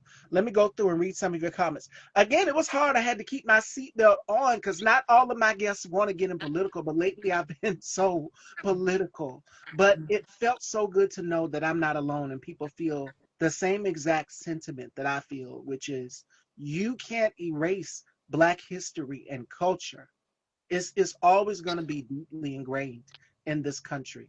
As much as they try to say, "Oh, it's a DEI. We don't want to see this if it's Black or if it's," we're going to be here for a very long time because our ancestors built this country, and it built the White House that Mm-hmm. 47 is now an occupant of. Let's Yeah. not forget that. So as Mm-hmm. much as y'all try to say now he's trying to do a lawsuits of the 2020 election results. Again. Again. How about we investigate the 2024 election results? I've seen a few Because things on that. I don't want to get Elanya told conspiracy us theories, but everything we needed to know, honey. yeah. Elanya told us everything. And I'm sure he has more to say, but he probably signed an NDA. So he's only going to be able to say but so much. Kenny, update. Check to see if it's an update and then come back and then I'll add you. Kenny is here. In the meantime, between time, I can DM him the contact info. Yes, send it over to Mark. Yes, please, About please. yes, definitely send it. Love is And palpable. my Exactly. we did do what we did Seattle, I think in November or December. So hopefully we'll be able to that yeah, so hopefully Seattle's is in Washington, right? Yeah, Seattle, Washington. So hopefully we'll be able to come back to Washington State. That'll be great. I want to go see you in New York. So I'm going to try to work on trying to get to New York Please, because I want please. to come see you. I've been in And rehearsals all week. I'm so exhausted. I'm tired. But yeah, yeah. Kenny is coming back. He is going to join us. Kenny is is my little fireball. Like I think I think y'all will love Kenny. He'll be joining me once we get him into here. You might have seen him on Jimmy Kimmel. He's been featured on Jimmy Kimmel. So make sure y'all go and check that out. Um what do we do now? Continue to find your joy. Yeah. Continue to find your joy. In the midst of chaos, let me tell you what I've been doing. I have been watching Kamala videos, watching Ah, her speak. She spoke at a Juneteenth event not too long ago. Make sure y'all go and check that out. Beautiful as ever. That's mm-hmm. what we could have had. I look at her pictures, Yeah. I look at her videos, her speeches, and I'm just like, man, what we could have had. So find the happier times. The one Yeah. that did it for me was when she absolutely tossed his toupee at that debate on that stage. I Yeah, loved she ate him up. so She much. ate him up. She ate So him up much. and people still didn't care. So And he didn't want to do a debate with her. He did not want to do a second debate with her no. because she chewed him up so bad. You let a girl, you know how they used to say on the playgrounds when if you would go out there and a girl was hitting a boy in the playground, oh, she must be like you or he must be like her or something like that. No, you running from her. You Yeah. scared of her. You're Mm-hmm. scared. You didn't want to debate her a second time because she Mm-hmm. chewed you up so bad. Second It's time would have so been the chew up. satisfying to watch. Yeah. So find your joy in the midst of chaos. Because trust me, they gave him a nickname and it drives him crazy. Taco. They call Taco. him Taco now. So Taco. That's so funny. Uh, Trump always chickens out. So I was telling Alvin, Alvin was like, what does taco mean? What is taco chicken? Trump always chickens out. So yes, find your joy. Kenny is here. hey, Kenny. Please welcome to the Dollhouse Fashion Dolls, Dallas, Texas native Kennedynda. Hopefully it works. What's going on? Hi, Kenny. Hello, welcome to the Dollhouse. How y'all doing? Doing Good. wonderful. It's such a pleasure to have you here. Thank you. Thank you for having me. So before we kick off our conversation, let me introduce you to my other guest here. This is music icon Mark Angel. How you Mark, doing, Mark? meet Kenny, Kenny. how Kenny He is keeps my. saying music. You are. You are. Thank you. Take that crown, my love. Thank you. Thank you. So before we get into you, Kenny, how has 2025 been for you so far? It's been really challenging this year. Um, it's definitely it's been a bit slower, but um, I guess you could say I'm progressing a lot better or faster than I was last year. Each year just gets better and better as I grow. Um, it's a never-ending process with acting because you're trying to figure out the better version of you yourself, of course, to become a better actor. So that's the challenge that I'm starting to understand is well, people are trying to figure out, well, how do I become better at acting or whatnot? And it kind of just like understanding who you are, it helps you in the characters that you play and understanding who you are to play that character. So it's been a challenge for me this year, getting more featured, going from BG more to featured to doing a lot of self tapes and auditions. And it just, you got to just keep striking. You got to keep pushing. And it's just a never ending process of learning. You're never going to I'll be like, well, I achieved it. Well, as soon as you achieve that goal, it's, hey, let's push it to the next step. Right. And then once you achieve that goal, right, Mark, we want to go to the next step. That's just how at least how I am. I was raised around, competitors, and so that's one thing about me. I will never, uh, any negativity that comes past me this year, I'm shutting it down. I'm shutting it down. I don't want that around me. You take that on over there.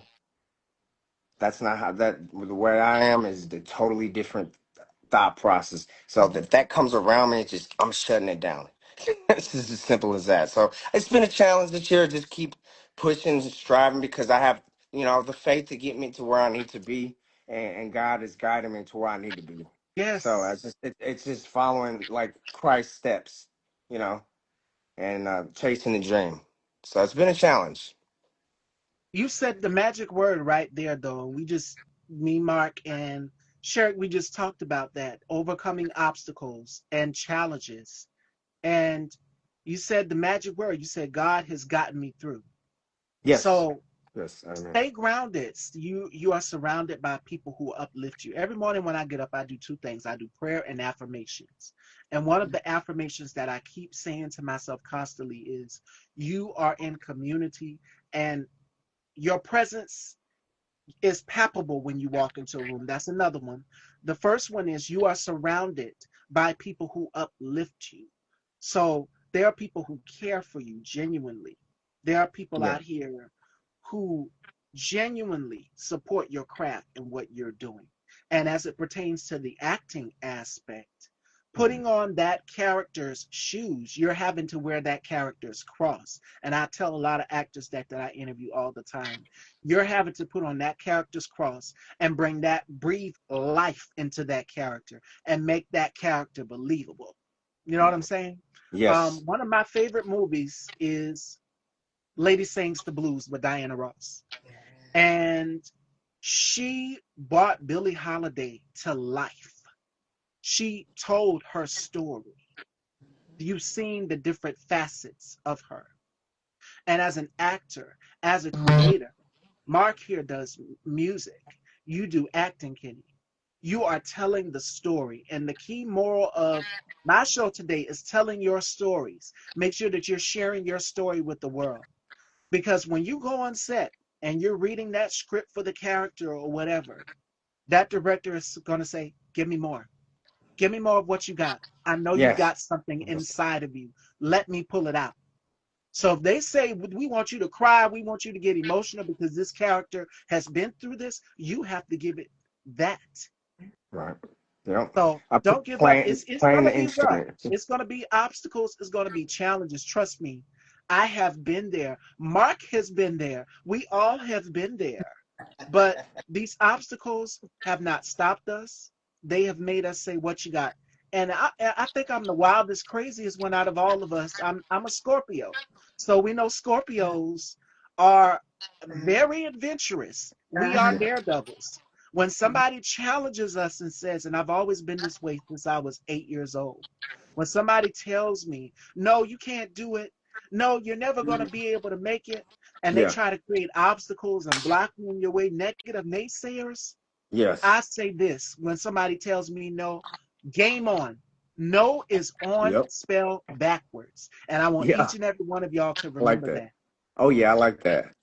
That's When for sure. somebody challenges me and says I can't do it, my mother's a Libra, October 7th, mine is October 31st.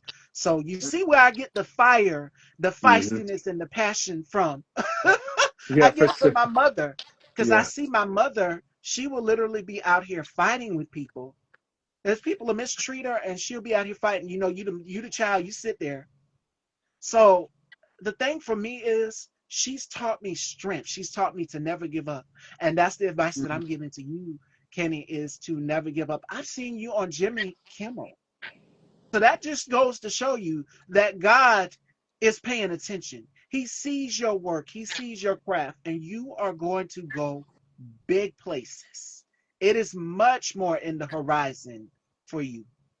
So I feel the Mark fire. here is headlining Pride in New York, and he's going to be doing other things in his career as well too. I literally had a guest who I interviewed in the past, and this was back when we had the pandemic, 2020 and 2021. And he came on and he manifested something. He said, Miss Yeah. Stevie, watch out for me. I can't give you the details of it, but watch out for me. It's going to be on Netflix. That's all I can say.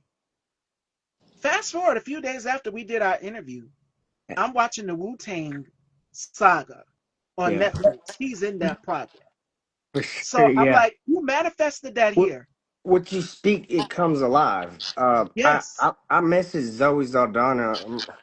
I randomly did this in I seen the 2000. pictures of you with her. Yeah, I actually messaged her in 2020, and I said, "Hey, I want to be in a movie with you one day." And and 4 years later, I'm in a TV show with her. It was Wow. like that. Look at It God. just That's the said, just power of God. And yeah. I manifest what I spoke, and it came into existence. Same thing with full Billy Bob. I just got done working with him too, and it's just it's a lot of to run into Billy Bob Thornton too. It was like I can see eye to eye in the truth. And I knew as soon as he said, when he mentioned me and my name and he remembered me, I was like, oh, well, there's something there eye to eye because I can Mhm. see, because it's pretty, he was holding up. I can see it. I was like, wow, okay. And he's a good guy, and when working with all these people, especially like Jonathan from The Chosen, I worked on The Chosen as well. Wow. And it's just that they're very humble people, and they're actually living that character. uh and it's just it's to the point, it's like, wow, it gets surreal sometimes, but you just, like you said, just keep pushing. And the no sayers, just what I tend to do is I just block them out. I block them like out. put on your visors, block them Oh out. yeah, I They put the they will be shades. My there. shades are on all day. Yeah, for sure, 1,000%. So it's been a challenge. This year's been quite a challenge this year, and especially that I just turned. I'm a Gemini. I just turned 36 on June Ah, 16th. happy birthday. Yeah, yeah, Yeah. yeah. So Mm-hmm. I'm 36 now. So it's like, okay, now I turn that switch on. Now it's time to turn that switch on. Yeah, you know what I'm saying. Mm-hmm. And Mm-hmm. all three of us being millennials up here on this panel, we're in our 30s. It's like Yes. when you hit 30, a certain Oh, milestone yeah. goes off. Mm-hmm. It's Right. like Right. the things you Mm-hmm. used to do when you were in your teens, in You your Mm-hmm. ain't doing it 20s, anymore. it's like a certain level of Mm-hmm. maturity comes about, and you Mm-hmm. discover more and more different things about yourself. And I used to tease my sister all the time, may God rest her soul. Her birthday is on the 29th of Mhm. this month. And I would always tease her because she cried one day about turning 30. I said, I get to stay young. And I'm just like, nope, I'm starting to feel it now. I'm an auntie now. So Yeah. I have a 2-year-old nephew, and he's on his way to his terrible twos. So everything that I was teasing my sister about, I now start to see for myself full Mm-hmm. circle. What it's like having to be like a parental figure, because my brother and his wife are there, my mom and my dad, they are there helping them raise the baby as well too. And then there's me, I'm the auntie. So Mhm. my other brother as well too, and my sister in New York, where Mark is at. But it's like you start to see things differently. You're caring for someone. You're not caring for yourself. You're caring for someone, that baby. So my nephew needs me, and I'm gonna do everything possible to make sure that my nephew has everything that he needs. Now it's about responsibility. When you get in Right. your 30s, you start looking at responsibilities. Whereas before you in your teens, you didn't have to pay no bills and nothing. Now you got to pay the Man. bills. You got to do What? all of these things. It's like, okay, everything that your parents warned you and told you would happen. And I remember my mom having a conversation with me and my sister and my brothers about this. And she said, wait till y'all have children. I don't have any, I have a fur baby. I Mhm. have a toy poodle. Her name is Coco, and she's 5 years old. And I see what my mother is saying. She says, wait till it's y'all turn to have responsibilities and care for families out here. And my brother sees it now. I don't have kids. Buy him a mini drum set for his third birthday. I'll help pay for it. Oh, you about to go, Mark? All right. Yeah, yeah. I'm So sorry.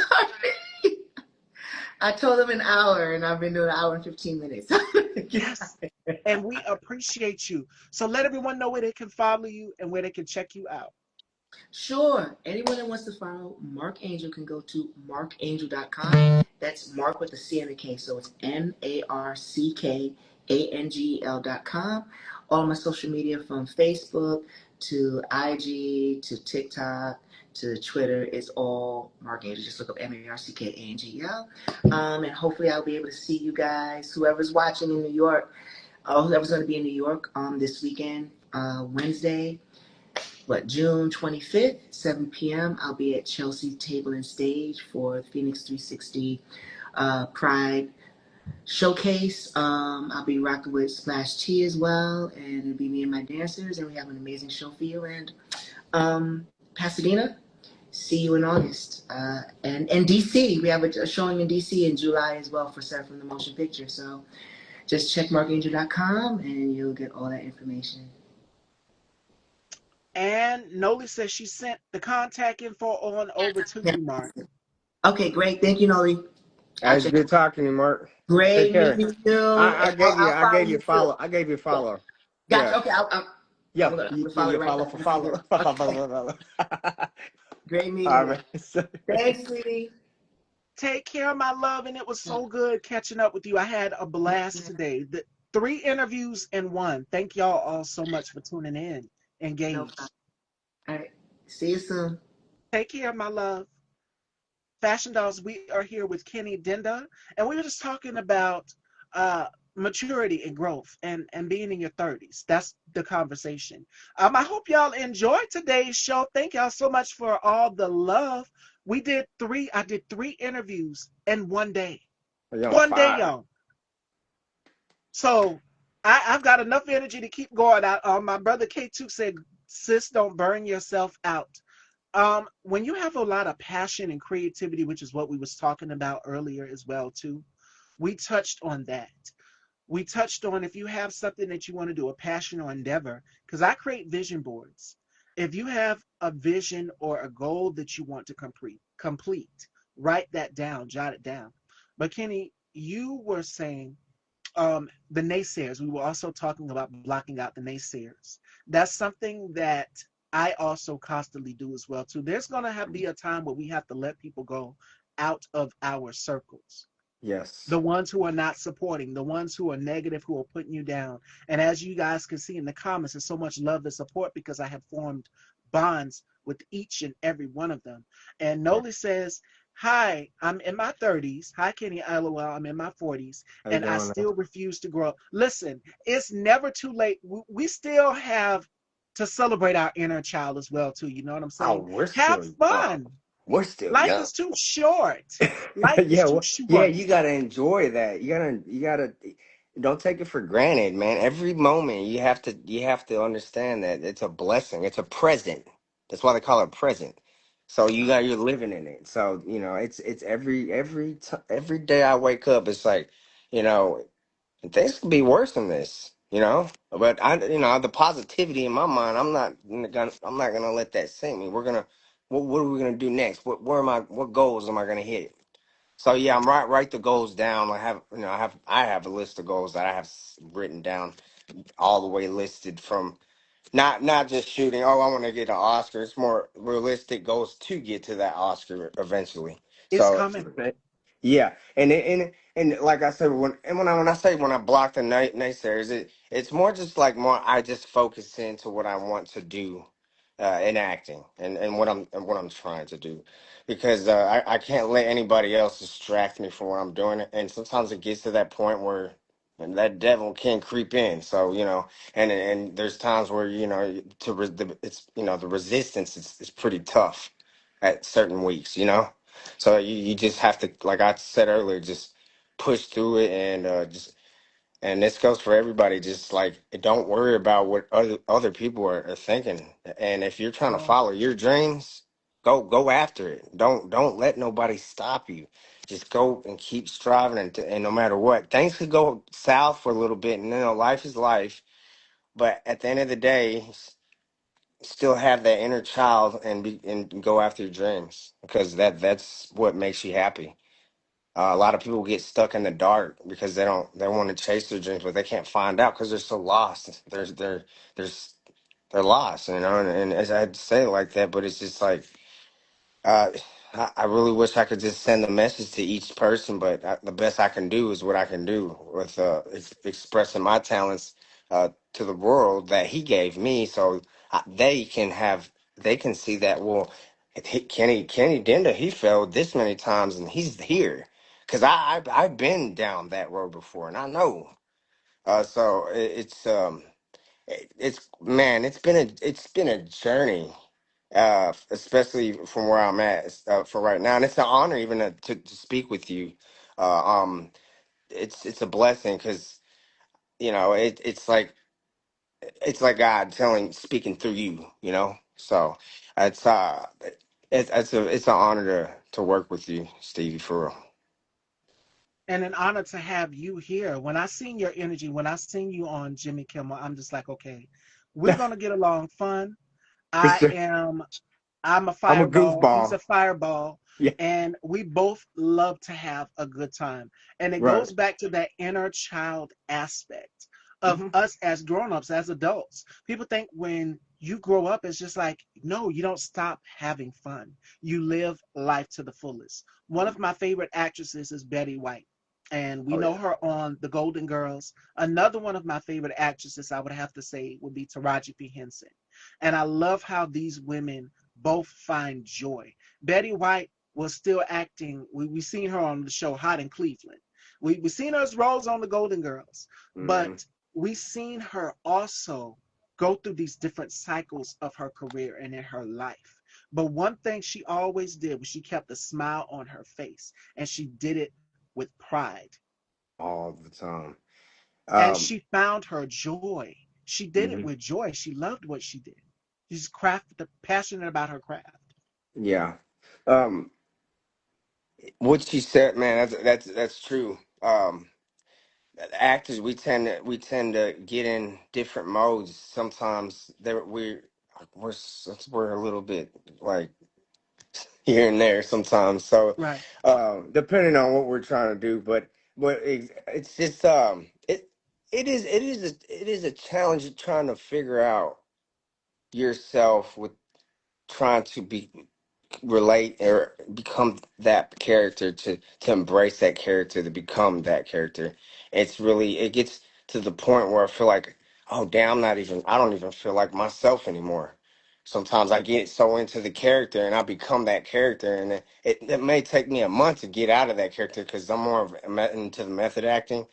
But it gets challenging sometimes to deal with certain parts and certain roles. Yeah, for sure. Especially like I, I run into situations with when we get out. I get a bunch of auditions, and like some of the auditions that I do is it's nothing compared to on set.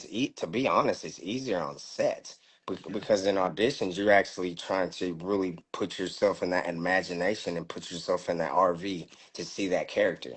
So it becomes like a whole different feeling, like you can actually see it's tangible, it's touchable, you can feel it. So just hopping into different characters is kind of just like one day you're this person and then you're trying to stay with that person, and it can be challenging at times because you're trying to relate to that character. So yeah, that's one thing I wanted to bring up too as far as acting goes. But And that was something we touched on also, which was getting into character. Um, Also, making sure that when you're on set, you leave that character there. But when you're putting on that character, that personality, that persona, you're having to put on that character's whole everything. You are being a vessel to this person. You are breathing life into them and bringing them to life. So again, as that producer, as that director says, okay, cut, we got what we needed, or give it to me a little bit more. We're going to need more out of you. That's what they want. Method acting, you got to be able to turn it on and turn it off. And a mhm. perfect example of that, of someone who really got into character so deep, like he really went there, was the late Heath Ledger Yeah. when he Oh, did the so Joker. oh, I gotta tell you about this one. So the Heath Ledger. So I took some courses with uh, Gil Younger. He did 10 Things I Hate About You. If you've seen that movie, and He's also worked with Martin Lawrence on uh, Yes. what's it called? Night. I forget the name. He worked with it was called Night. I think it was called right. Anyways, so this guy, Gil Younger, is a director that actually worked with all them, and the first ever Heath Ledger came from overseas, and when he did his first audition with this guy, and from there he just took off. But I've been working with that director that he worked with, but Heath Ledger had this aura that he said that Gil said as soon as he walked in that room. He said, if he could speak English, I'm casting this month. I'm casting his ass like immediately, like so it's just so if you have that aura too when you're doing auditions, like I was talking about auditions, if they see it's something about you, they might even just use you. You know what I mean? Just because of the fact that something about this guy or something about this woman, something's going on. Like it's pulling me and making me want to put. So like when this industry is very challenging because you don't know when that's gonna happen. Sometimes you get like when I got picked for The Chosen, just I was playing I just got done working on season 6, The Crucifixion, and that'll be coming out 2027, but. Um, it was actually hopping in a different character because I'm so used to playing on Jesus side, correct?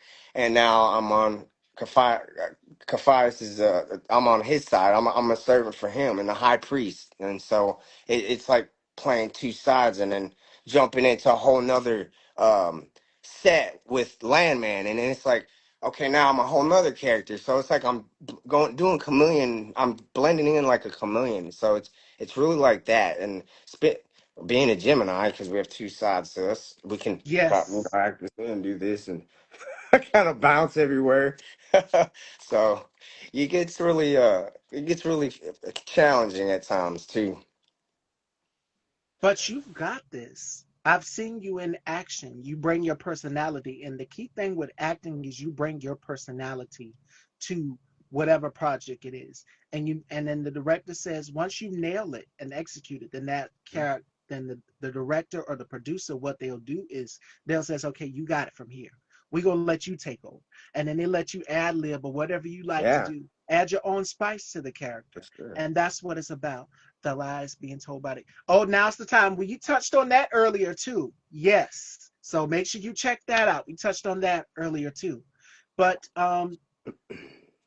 as far as telling the stories and us telling our stories, we have to more than ever in these times. So for anybody out For here, sure. I encourage you to write. If you got a goal or a vision, as me and Kenny are saying right now, put that put that passion and that goal to use. I'm encouraging each and every one of you. Get out here. You can Write it use your down. phone. You can use your laptop. There's so many devices you can record and make documentaries or films on. And I'm encouraging each and every one of you because there are so many filmmakers and actors that are up here on the scene. You wouldn't believe how many would go to go-sees and auditions, and the line would be wrapped all the way around the curve. And the person is going for the same exact role as you. You're not going to get it. There's going to be a lot of no's in this business. But the key Hmm. thing is, it could mean no, not right now. You're not what we're looking for. And then one day, you get a phone call and your phone starts ringing. You're randomly just going somewhere, or you get an email saying, come back and read for this part one more time. Get your You call got it. back. So you see the Yeah, power of how it works full circle. And today's show, we've talked about full 360, full circle moments and how it all aligns perfectly. Me and Kenny hmm, here already had an interview set, but his schedule was so crazy. My schedule was so crazy. yeah, And then I wished him a happy birthday. As he stated, his birthday was just not too long ago. And he reached out, yo, let's come back. I said, sure, come on. I would love to have you on. So it's a full 360 full circle moment. And right. that's because he manifested it. He reached out at, after me wishing him a happy birthday, and here we are. So Yep. it's all about things aligning perfectly. My other previous guests, Mark and Sherrick, found a connection from Los Angeles and New York, and they're both networking and proximity with the same people. So, and then Mark met Kenny here. So, I mean, it's all about how things are aligning full circle. And it doesn't, Frequencies. sometimes it doesn't even have to be intentional. It's just on God's will. It was his purpose, it was his That's right. destiny. And that's why it's happened. That's why we're here now. Amen to that. Yeah, really, it's like it's supposed to happen. It all aligns Yeah. out. Like the energies are like we all are on the same frequency, and it just tends to fall that way. It's amazing how he works, though. You know, just very It powerful. all it Very, all it comes trips me out sometimes. together. I'm like, what? He gave me signs. So like, I'll give you a little story about how I got back into acting because I was so. I started when I was young. I wanted to be a movie star. I was born in Germany. My dad was in the military, Mm, and we moved to Landstuhl, Germany is one from. Then we moved to New Mexico, Alamogordo, because he's still in the military. And I was there till like 7. Then I moved to Dallas, and that's when I was like, you know what? When I was in New Mexico, I wanted to do movies, and I've always wanted to do that. And Jackie Chan was one of my inspirations, and Indiana ooh, Jones. Yeah, I used to love watching him. Rumble in the Bronx and all that stuff, and Indiana Jones, uh, Harrison Ford. Oh, he was yeah, watching Indiana Jones too. But after like when I hit I've been on and off with acting till like middle school. I do more theater. Then high school, I was more into films, and then I dealt with life, and life is life, and I have to deal with that. So I yeah, kind of was off acting for a couple years. Then I came back and I started to do improv at the Addison Improv here in Dallas, Addison actually. And so I started doing that and getting back in it and doing extra roles back in 2012. Then later towards the mid 2018s, I was like, I had twins. I have twins, by the way. I have two twins, but I haven't seen them since oh, 2019 for other reasons. But that's another story. But yeah, so from there it's just been like, okay, I had to get out of that past life, if you know what I mean, to getting back into the real like focus of what he wants me to do. And it was so hard for me to get from that type of lifestyle to this now.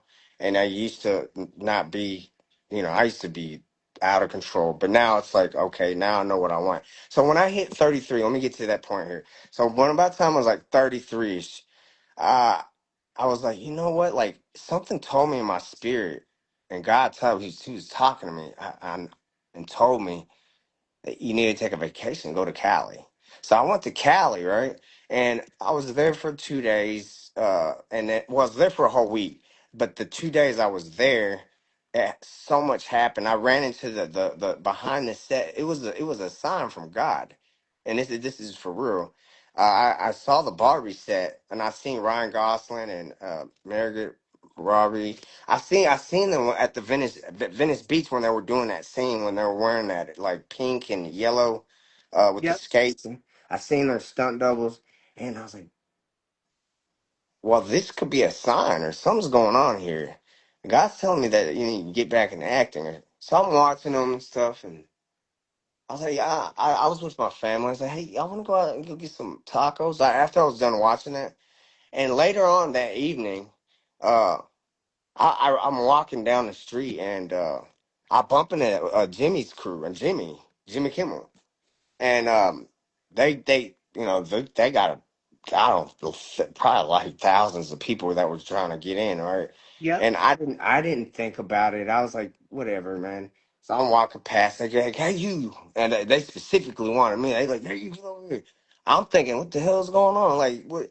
Like, what's up? He's like, you want to be on a TV show? I was like, what TV show is this? Because it's been like maybe 8 years since I've been actually back in this business, and I've been wow, wanting to hop back in it, and the God led me to it, and next thing you know, they're like they put me right on the set, and then we talked about what we were gonna do real quick, and then I did that sketch, and then maybe a year later, I didn't think they were going to use it, but well, I knew when I well, after I was done doing that shoot, I like walked down Hollywood Boulevard, down to the Walk of Fame, walked back, and then one of the guys said, "Hey man, Jimmy wants you. He wants to use you."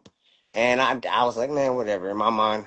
And 1 year later, I'm on set on The Chosen, and I come home from set, and I get a bunch of phone calls. Hey, even my teachers are posting out on the all over the Facebooks and whatnot, and it's like I just got offset, man. What are you talking about? And so like it was just like I didn't get to see it live, but it was pretty cool and surreal to actually feel that first, and then finally I started stepping doing different things. I was working with one of my managers in my past. I was working with Twyla Barnett, which Alfalfa Brandon actually her son Alfalfa that was on Little Rascals.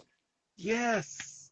Well, his mother was my manager, so I was working with her for a while, and then I bounced and started doing my own stuff, and from there I was like, start now. I'm taking all these classes. I still take classes. I have to stay in the green.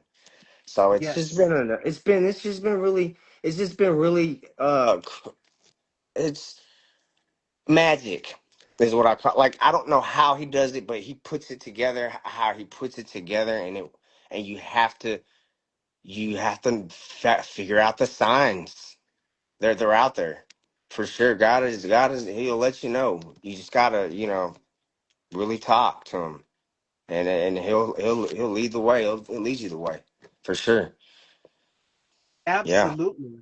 He won't steer you wrong. The signs are there. As you said, when you saw Margot Robbie and Ryan Gosling on the Hmm. beach and they were That filming for Barbie, was a it's sign. That all was a coming sign. together. Hmm. God will put signs out there somewhere. Like I said, and I was telling Mark this earlier, Mark and Sherrick this earlier. Hmm. I said, I lost my sister. My sister passed away, and her birthday rolls around June 29th. Oh, And it was sorry to hear certain things that will happen. And I'm just like, God, are you giving me a sign? Because, when somebody passes on, a lot of people like they just pass on. No, their spirit is still there with you in Oh some yeah. sort of way. And it could be like deja vu, like, is this happening to me? Hmm. You get, something good comes about, a feeling just comes over you, like you just can't describe it. And for me, the pivotal moment was getting the position to write for Original Magazine UK. That's one of the fashion writers. And the editor, Nikki Solar, shout outs to her. She reached out to me. She saw one of my posts here on Instagram, one of my fashion posts. It was on somebody. And she reached out to me. She said, would you like to write for this publication? I said, me? You want little old me from South Carolina to write for your magazine? And Yeah. it aligned perfectly. This was a Yeah. few days after my sister passed when I got that position. Wow. And everything is coming full circle. It's just like, wow, I know she's watching over me. I Sure. know she wanted me to be in this position to follow my heart and my passion. So not only her, but God. And that's Amen. the power of it right there, For of how sure. things all come together and align full circle. And you are now writing the closing chapter or the next phase in your life. Yeah. You are the It's editor, you are the author to anybody. right. Amen to that. That's true. It's already written in the book. It's written. You just gotta go do it. It's almost like I can use this as an analogy, like LeBron James when he was when and I don't even watch basketball, but just use him as an example. When he came into the league, everybody knew he had that potential to Oh to yeah. to make it great, but he just got to do it and stay healthy and do it. Same thing with anything else. You got it. You're God gave each and every one of us gifts. Figure out that gift and go and do it and chase it because that's it. Don't even hesitate it. Your gut tells you it right then and there. And a lot of people ignore their gut all the time. All the Absolutely. Your time. gut intuition won't lead you wrong. Your intuition will not lead you wrong. Again, that Hmm. feeling of deja vu, where it is like, I can't believe, is this actually really happening to me right here? But And why me? It's because you are the chosen one. As you said, the chosen, the show you've worked on, You are the chosen one. God picked you for a reason to be in this position because this is your passion. This is something that you are serious about doing. So I Yeah, say to anybody, if God gives you a calling and a purpose, and He says, okay, this is what I want you to do from here on out, the next chapter in your life, go for it. yeah. Take that Because opportunity. I'll never regret it. I'll never regret what I'll never, because the thing is, when if I didn't do that, so let's say if I didn't do something that I wanted to do, then the last thing I want to say is I regret that. I don't want to regret. I'm not regretting that. I'm going after that. I want to make sure that I did what I said I was gonna do, and I'm guided by God. And I know I can go forward, but it's just, yeah, never. I don't. I just go for it. I don't even think about what ifs. There is what ifs out there, but I go after it. It's just it's a chase, though, major chase. Absolutely. And that's what we got to do. Continue to chase it, our endeavors, our passions. And I say, if it's something you want to do it now. Now is the opportunity to do it, to go Yeah, after what sets your, and I tell people this all the time at the end of my interviews. I tell people to live life through fire. And what that means is if it's something that you really, really want to do, whether it's acting, directing, writing, music, set design, costume design, or voiceover, whatever it may be, I tell people to get out there and go do it. There's so yeah, many people out here that can teach you courses on becoming a voiceover actor or working in theater. It's so crazy you mentioned theater hmm, because my very first guest, Sherrick, has done theater and voiceover and television as well too. So y'all both have that in common, and it's about making it the vision become a reality. And that's what I think a lot of people need to do. So if it's something that you really want to do, as I asked Kenny a few minutes ago where we were talking about writing down your goals and your passions, write it down. Don't right. wait a minute. If Yeah, it's yeah, something, get your phone, get your notepad, whatever it may be, get it and write it down because the opportunities are endless. for Your sure. vision. How did I come up with Style by Stevie? Because it wasn't originally called Style by Stevie. It was called Weekdays Topics. And I was just sitting and brainstorming in my room one day. And I think I was looking at a fashion magazine. It was Harper's Bazaar. And I said, okay, I think I know Style by Stevie because I love fashion. I love to educate. I love to bring awareness. I love to have a good time. And I know this will grab people's attention because when they see my name, they think fashion instantly. And that's just like, it's so much more to it than just that. There's so many layers and nuance to it. You get the entertainment aspect, my guests giving you their skill and experience on what it takes to be an actor, on what it takes to be a producer, on what it takes to be a writer. Because I pretty soon want to step from in front of the camera to behind the lens and produce more shows and platforms like mine for other content creators. That's what I would love to do. So, I mean, you have to expand your horizons. You have to expand your taste buds as it pertains to every aspect. Dip your toe in every part of the water in the entertainment business. If you want to write, write. If you want to direct, direct. But it's not going to be easy because there are so many others that are coming up, so many up and coming actors and filmmakers and directors. There's lots of them, there's tons of them. So but the thing is about it, the beauty of it, and I was just telling Sherrick and Mark, we were just talking about it before you came in, Kenny, is this enough room for everybody to shine? Sometimes the industry will pit us against each other, and it's enough room for everybody to shine and have their piece of the pie. So make sure that you're rooting and cheering on the next person and that they're clapping and cheering for you as well too. And as Kenny just said, those naysayers, those negative naysayers, keep your visors on and keep blocking them out. It is a quote that I live by, and it comes from Rihanna. I love Rihanna. Rihanna says, do not focus on the chaos. She says, focus on getting to the finish line. That's So right. there's going to be distractions.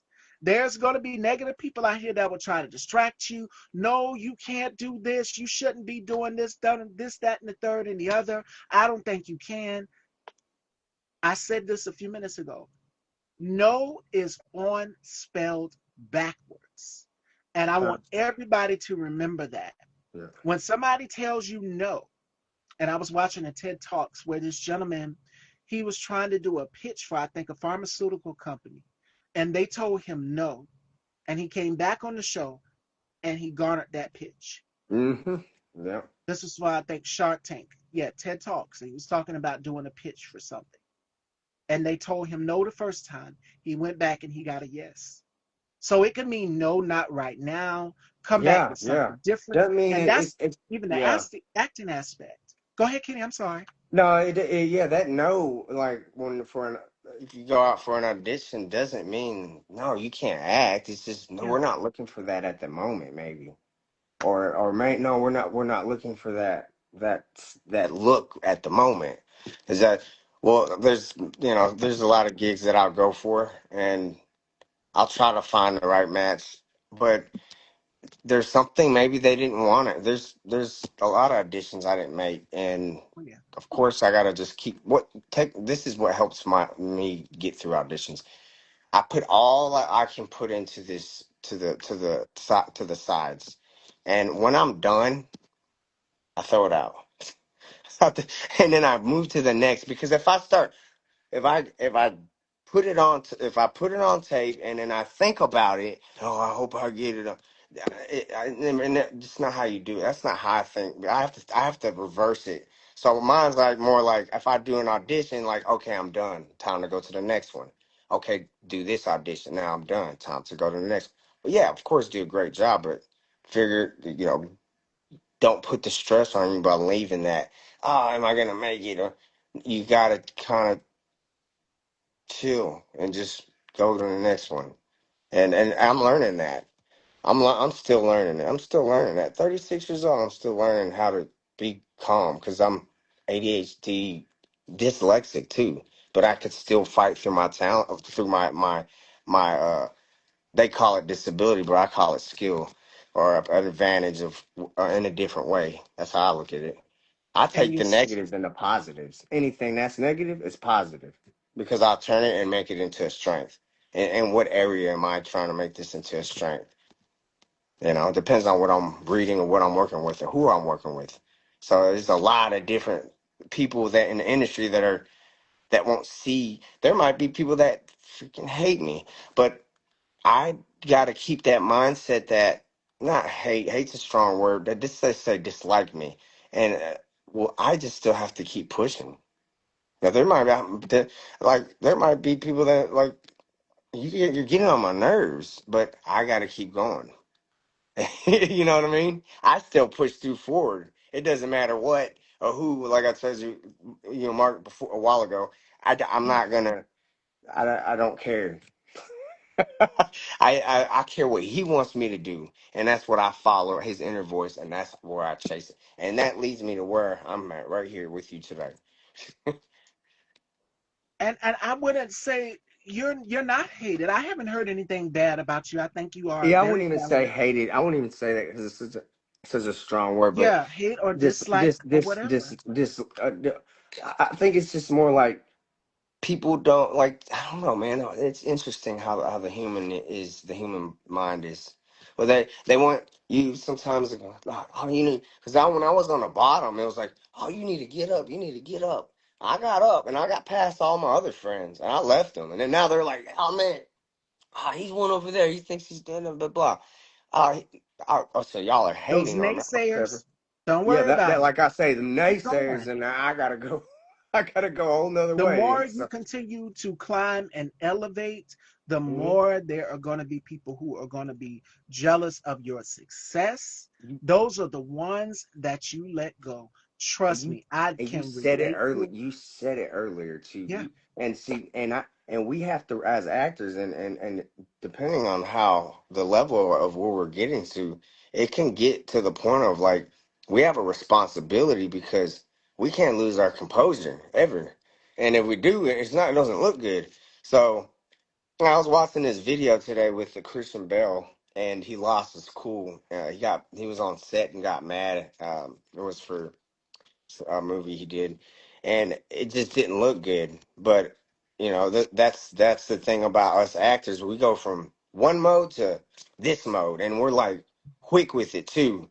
And there's some really talented actors out there too that are up there that aren't even noticed that I've worked with too. So it's just like being in that position to holding your composure and knowing that there's people watching you, and you have to know that you got to deal with what you have to deal with, and to say you get news and everybody hears about it, you have to deal with that. It gets kind of like, oh, okay, let me just go in a room and just meditate and pray, so I don't have to worry about that. But it's not like I'm trying to live up to anybody's expectations, though. As long as I'm getting better and I'm becoming a better version of myself, so I can become a better actor. So it's like I said, it's just a strive. It's a non-ending process of learning to understanding yourself so you can be better at what you do. So Absolutely. Absolutely. And yeah. that you are on your way. You are on the right track and path. You just have to keep going. Keep doing what you're doing. And that And goes that goes for everybody else out there, even people that oh are watching yes, here right now. Like, hey, if you're trying to figure it out, you know it already. Just go do it. It's there. You have it. You know what to do. It's challenging. Do it. Go against the grain. You just have to sometimes. That's what I have to say. Go against the grain. Um, just stay focused, be persistent in what you do, and don't fall off that track. Don't even kind of skirt about it or think about it, because you'll tend to lean off that. That can happen for sure. That's happened to me multiple times, and yeah, now it's a little bit different because I'm older now, in my mid 30s, so it's like now I have better discipline than I used to be. So it's just we all go through that sometimes, but it's okay. We just keep going and striving for sure. absolutely. Yeah. Absolutely. And don't give up. Don't give up. It's No. going to be bumps. There's going to be cracks. There's going to be naysayers. But as Mhm. Rihanna's quote says, don't focus on the chaos Yeah. because that's just a distraction. Focus on getting to that finish line. You're going to Yeah. have to use your arms and block and duck and dodge Yeah. those obstacles, those hurdles. But at the end of the day, you will get through. It's not going to be easy. This is going to be a test for each and every one of us. Yeah. And it's either pass or fail. And I want y'all to pass Oh yeah. because we are no failures. You're not a Oh, failure. we You definitely need the are community. worthy. You Yeah. are worthy. You deserve whatever your heart's desire. If you want to get into acting, writing, directing, music, costume, set design, lighting, whatever you want to do, you can do it. And you have to believe in yourself. You have to believe in yourself. When I first started Style by Steven, this makes what, 7 years of me doing this platform because I didn't give up. It wasn't an easy journey. I've had to go back to the drawing board a Mm. couple of times. I've had to go back to that drawing board, but I didn't give up. And my suggestion to anybody would be to not give up, to keep going after what sets your soul on fire. Create, put that creativity to use. Don't sit there on your creative juices. Get into Right. your bank, Right. create, tell those stories, put it in a song, put it in a film, Yeah. whatever, however you express yourself through creativity, whether it's through film, music, whether it's through writing, books, whatever, put it in there so that the world can know how you Yeah. got from point A to point B. And that would be my suggestion for anybody in these times where we're living in uncertainty. Make sure that you are putting your passions and your creativities to use. I love to write. So, like I said, I love hosting this platform, but I would love to step behind the lens as well too and direct and produce and write more than just being The pretty face you see every day, Monday through Friday. Yes, that's fine and dandy, but I want to step behind the lens as well too. For And I sure, want no to help doubt. people. And I want to encourage. And I want to direct. I want to produce. I want to put my creativity to task. And it's not going to be easy. It's not going to be an easy journey because there are so many writers and directors and producers out here who are creating, who are putting their passion and their fire to use. And that would be my suggestion to anybody during these times. Make sure that you're doing that. Yeah. Don't be scared. Just go out there and do it. It's not even about being scared. It's a fear. Don't be feared. Don't just go out there and push through that fear. That's one thing. I was feared when I was younger. Like I didn't want. I used to be scared to get. Even when I was in a theater, I was. We would do a play. I messed up one time. I'll tell you what, I will always be Kennedynda to the end of me. I don't care if I mess up or not. So it still worked out to the point of where it made the whole crowd laugh. So we're good. I mean, but it was in seventh grade at the time. But like things like that, like sometimes I'll underestimate it and that's when I messed up because I underestimated. But well, there's times that there was when I was younger, before we had to go, we had competitions and I would be nervous. But then I started to get a little bit used to it, and there would be times we would actually win first place, with me and my buddy Josh back in seventh grade. We used to do it all the time doing improvs and stuff like that all the time. But it was there was a time in my life where I was scared to even get up there and talk, even though I'm Mm. out. I'll go. Yeah, I was because I'm shy. I was very shy when I was younger, and so it may not seem like that, but I'm You're shy. not now. You are not now. You are out there now. And it's because Yeah, you've overcome that. But I'm yeah, I sorry, go had to ahead. overcome exactly, Steve. You're exactly right. So I had to overcome that, and it took me. Whew, I finally got to the point where I was like, you know what? Let me do the right thing and just it's either that or that, if you know what I'm saying. So yeah, no, I was like, okay, let me just focus on acting now and just do that. And that's always been it. I'm either reading a book, I'm gonna go to class, um, I'm gonna watch a movie and study the movie. I'm gonna go right back to go into reading my scripts, and it's just I'll go back and do the same things, and I try to get better and better and better and better. It's just progressing every time, every year I should see a progression. Like every year I should be checking my goals off. Every year, like what I've wrote down for the year. There's 25 lists. There's a goal. Boom, write it down. Don't hesitate, people. Write your goals down because you will reach your goals when you write them down. They tend to happen better.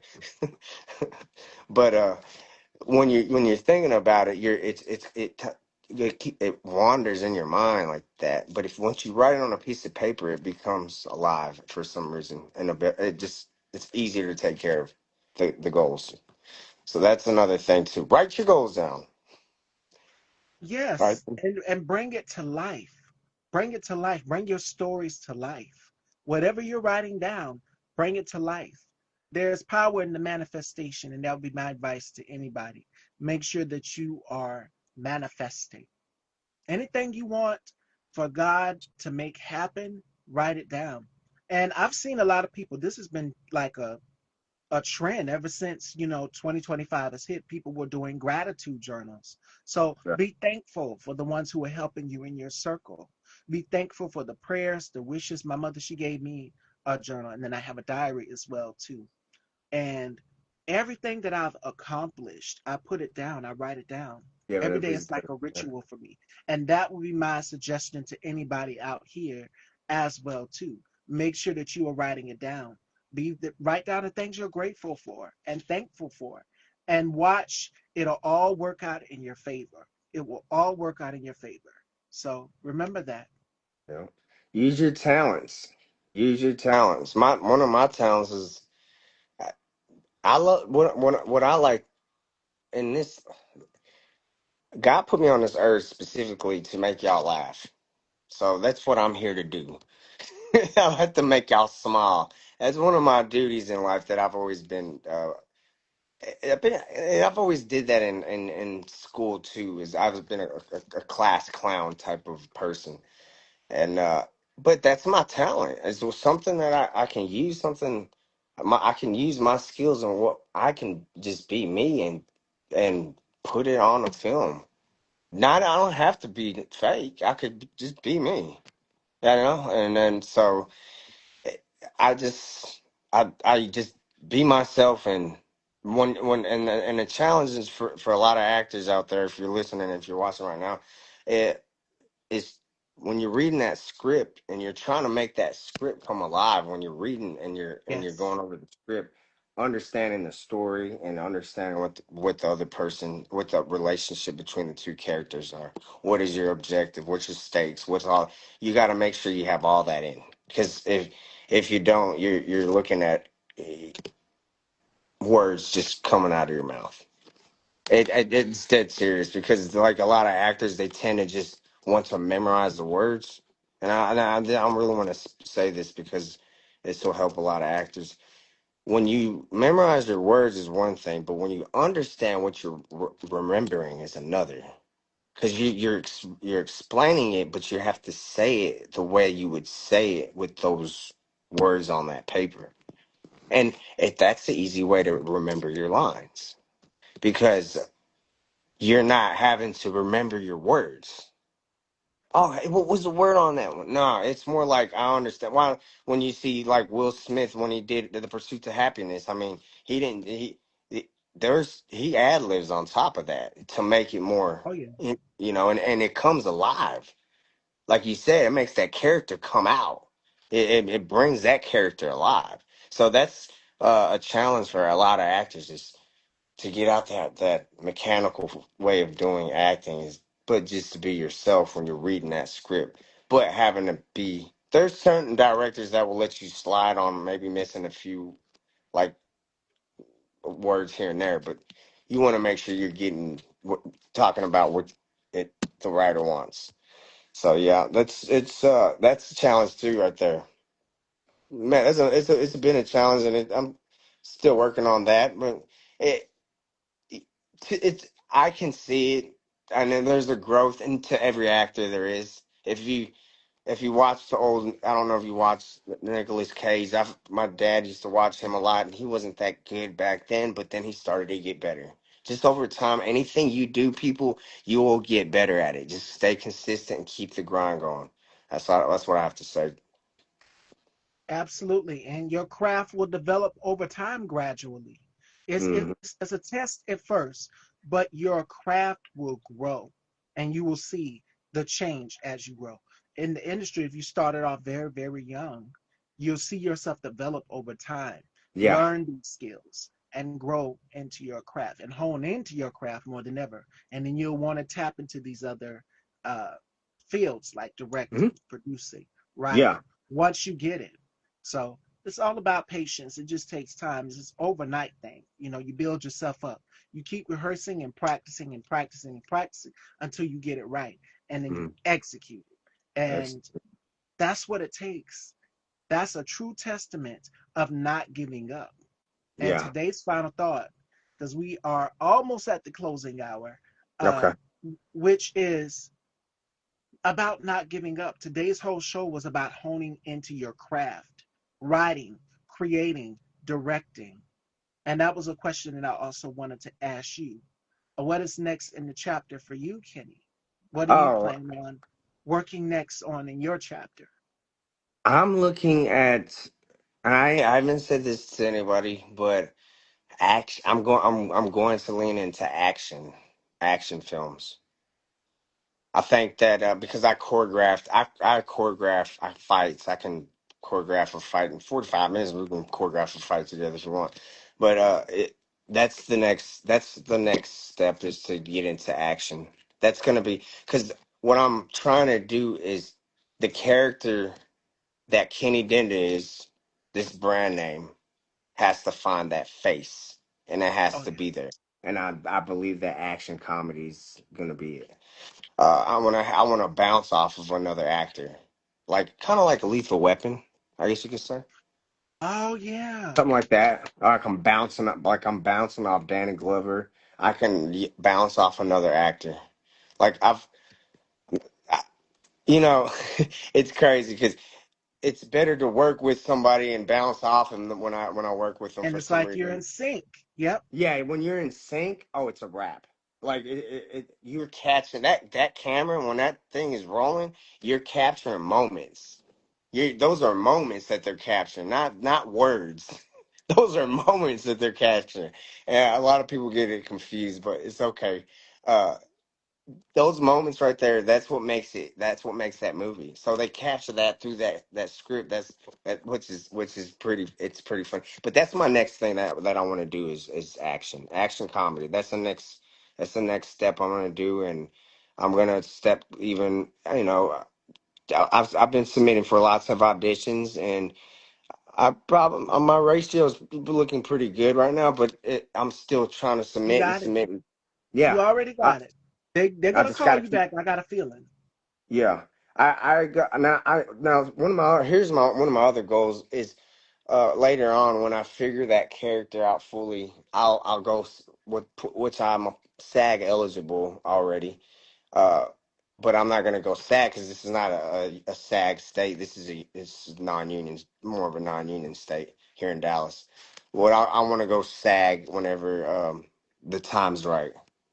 I'll talk to my manager about all that, and we'll figure the rest of that out. But it'll take time, and this it's not a sprint. This is a journey. I'm doing this. This is Yes. a journey, and I'll have to. And this journey, it's not gonna. It might take another 20 years till I make the biggest hit for a Manny Pacquiao movie or something. I don't know. We'll have to see how what guy got into play. So uh, just keep pushing people. Don't stop it. Just don't stop what you're doing. And never don't let people get in your head and don't let the devil confuse your mind, because it tends to happen a lot. And there's times that we have imposter syndrome when we want to ask people for help. That's okay, but make sure you stay in between, because once you start getting out of bounds, it tends to feel like I'm not doing what I'm supposed to do, and people start to rear off in the wrong energy. And so that's what my message to you people, everybody, all the people out there. Uh, Thank you so much for the time too that you gave me to speak. I know we went a little bit over the time, but it's a No, and I'm blessing. gonna bring you back on my show. We're gonna Yeah. keep in touch. I'm Oh gonna yeah, bring you most back. definitely. Oh yeah, for Yes. sure. You're amazing. I love you. I Love really you do. too. And You're I had so a awesome, fabulous Stevie. time with you. This has been a Yeah. great conversation, and this can hopefully be helpful to you. To add my final thought, to add on to what Kenny just said, today's final thought is you are allowed to scream, you are allowed to cry, but do not give up. Giving up is the easy part. Don't give up. Continue to keep going on what sets your soul free and on fire. And I want each and every one of you to remember that at home if you're watching on your laptop, your phone, or wherever. Because I know you can now connect your interviews to the TV. So Right. I want you all to remember that. I want you all to remember that. Use It, the community, people. Use your community. Don't be scared to talk to the next person next to you. Use your your community. family, friends, and all, to add on to what Kenny They're just all said, they're please do all so. there for you. Everybody. You're And awesome, make Miss sure Stevie. you too, and let everyone know where they can follow you. And we're going to keep in touch You as can well. follow me on Instagram and Facebook, TikTok at Kennedynda. It's KNNYDYNDA. Space in between that, or you can just put it together because there's only one of them. It's a- it's a- but those are my websites. You can reach me on and stay tuned on what I got going on. You'll see what I got going on next. I'll definitely keep everybody posted on that. And you're awesome, Miss Stevie. Thank you for your time. It's awesome, and God bless everybody and you too. You too, and it was such a pleasure having you here. This was an amazing show, jam-packed, 3 interviews, Fashion Dolls, in one day. So thank Fire. you all so much. Joining me tomorrow, we have J Films and Jason T. So make sure you guys tune in tomorrow. I love you all, and I will see you then. And this interview will be uploaded to Style by Stevie Daytime. So head on over, subscribe, and hit that bell because it will be uploaded there, and you can catch the replay here. Take care, everyone.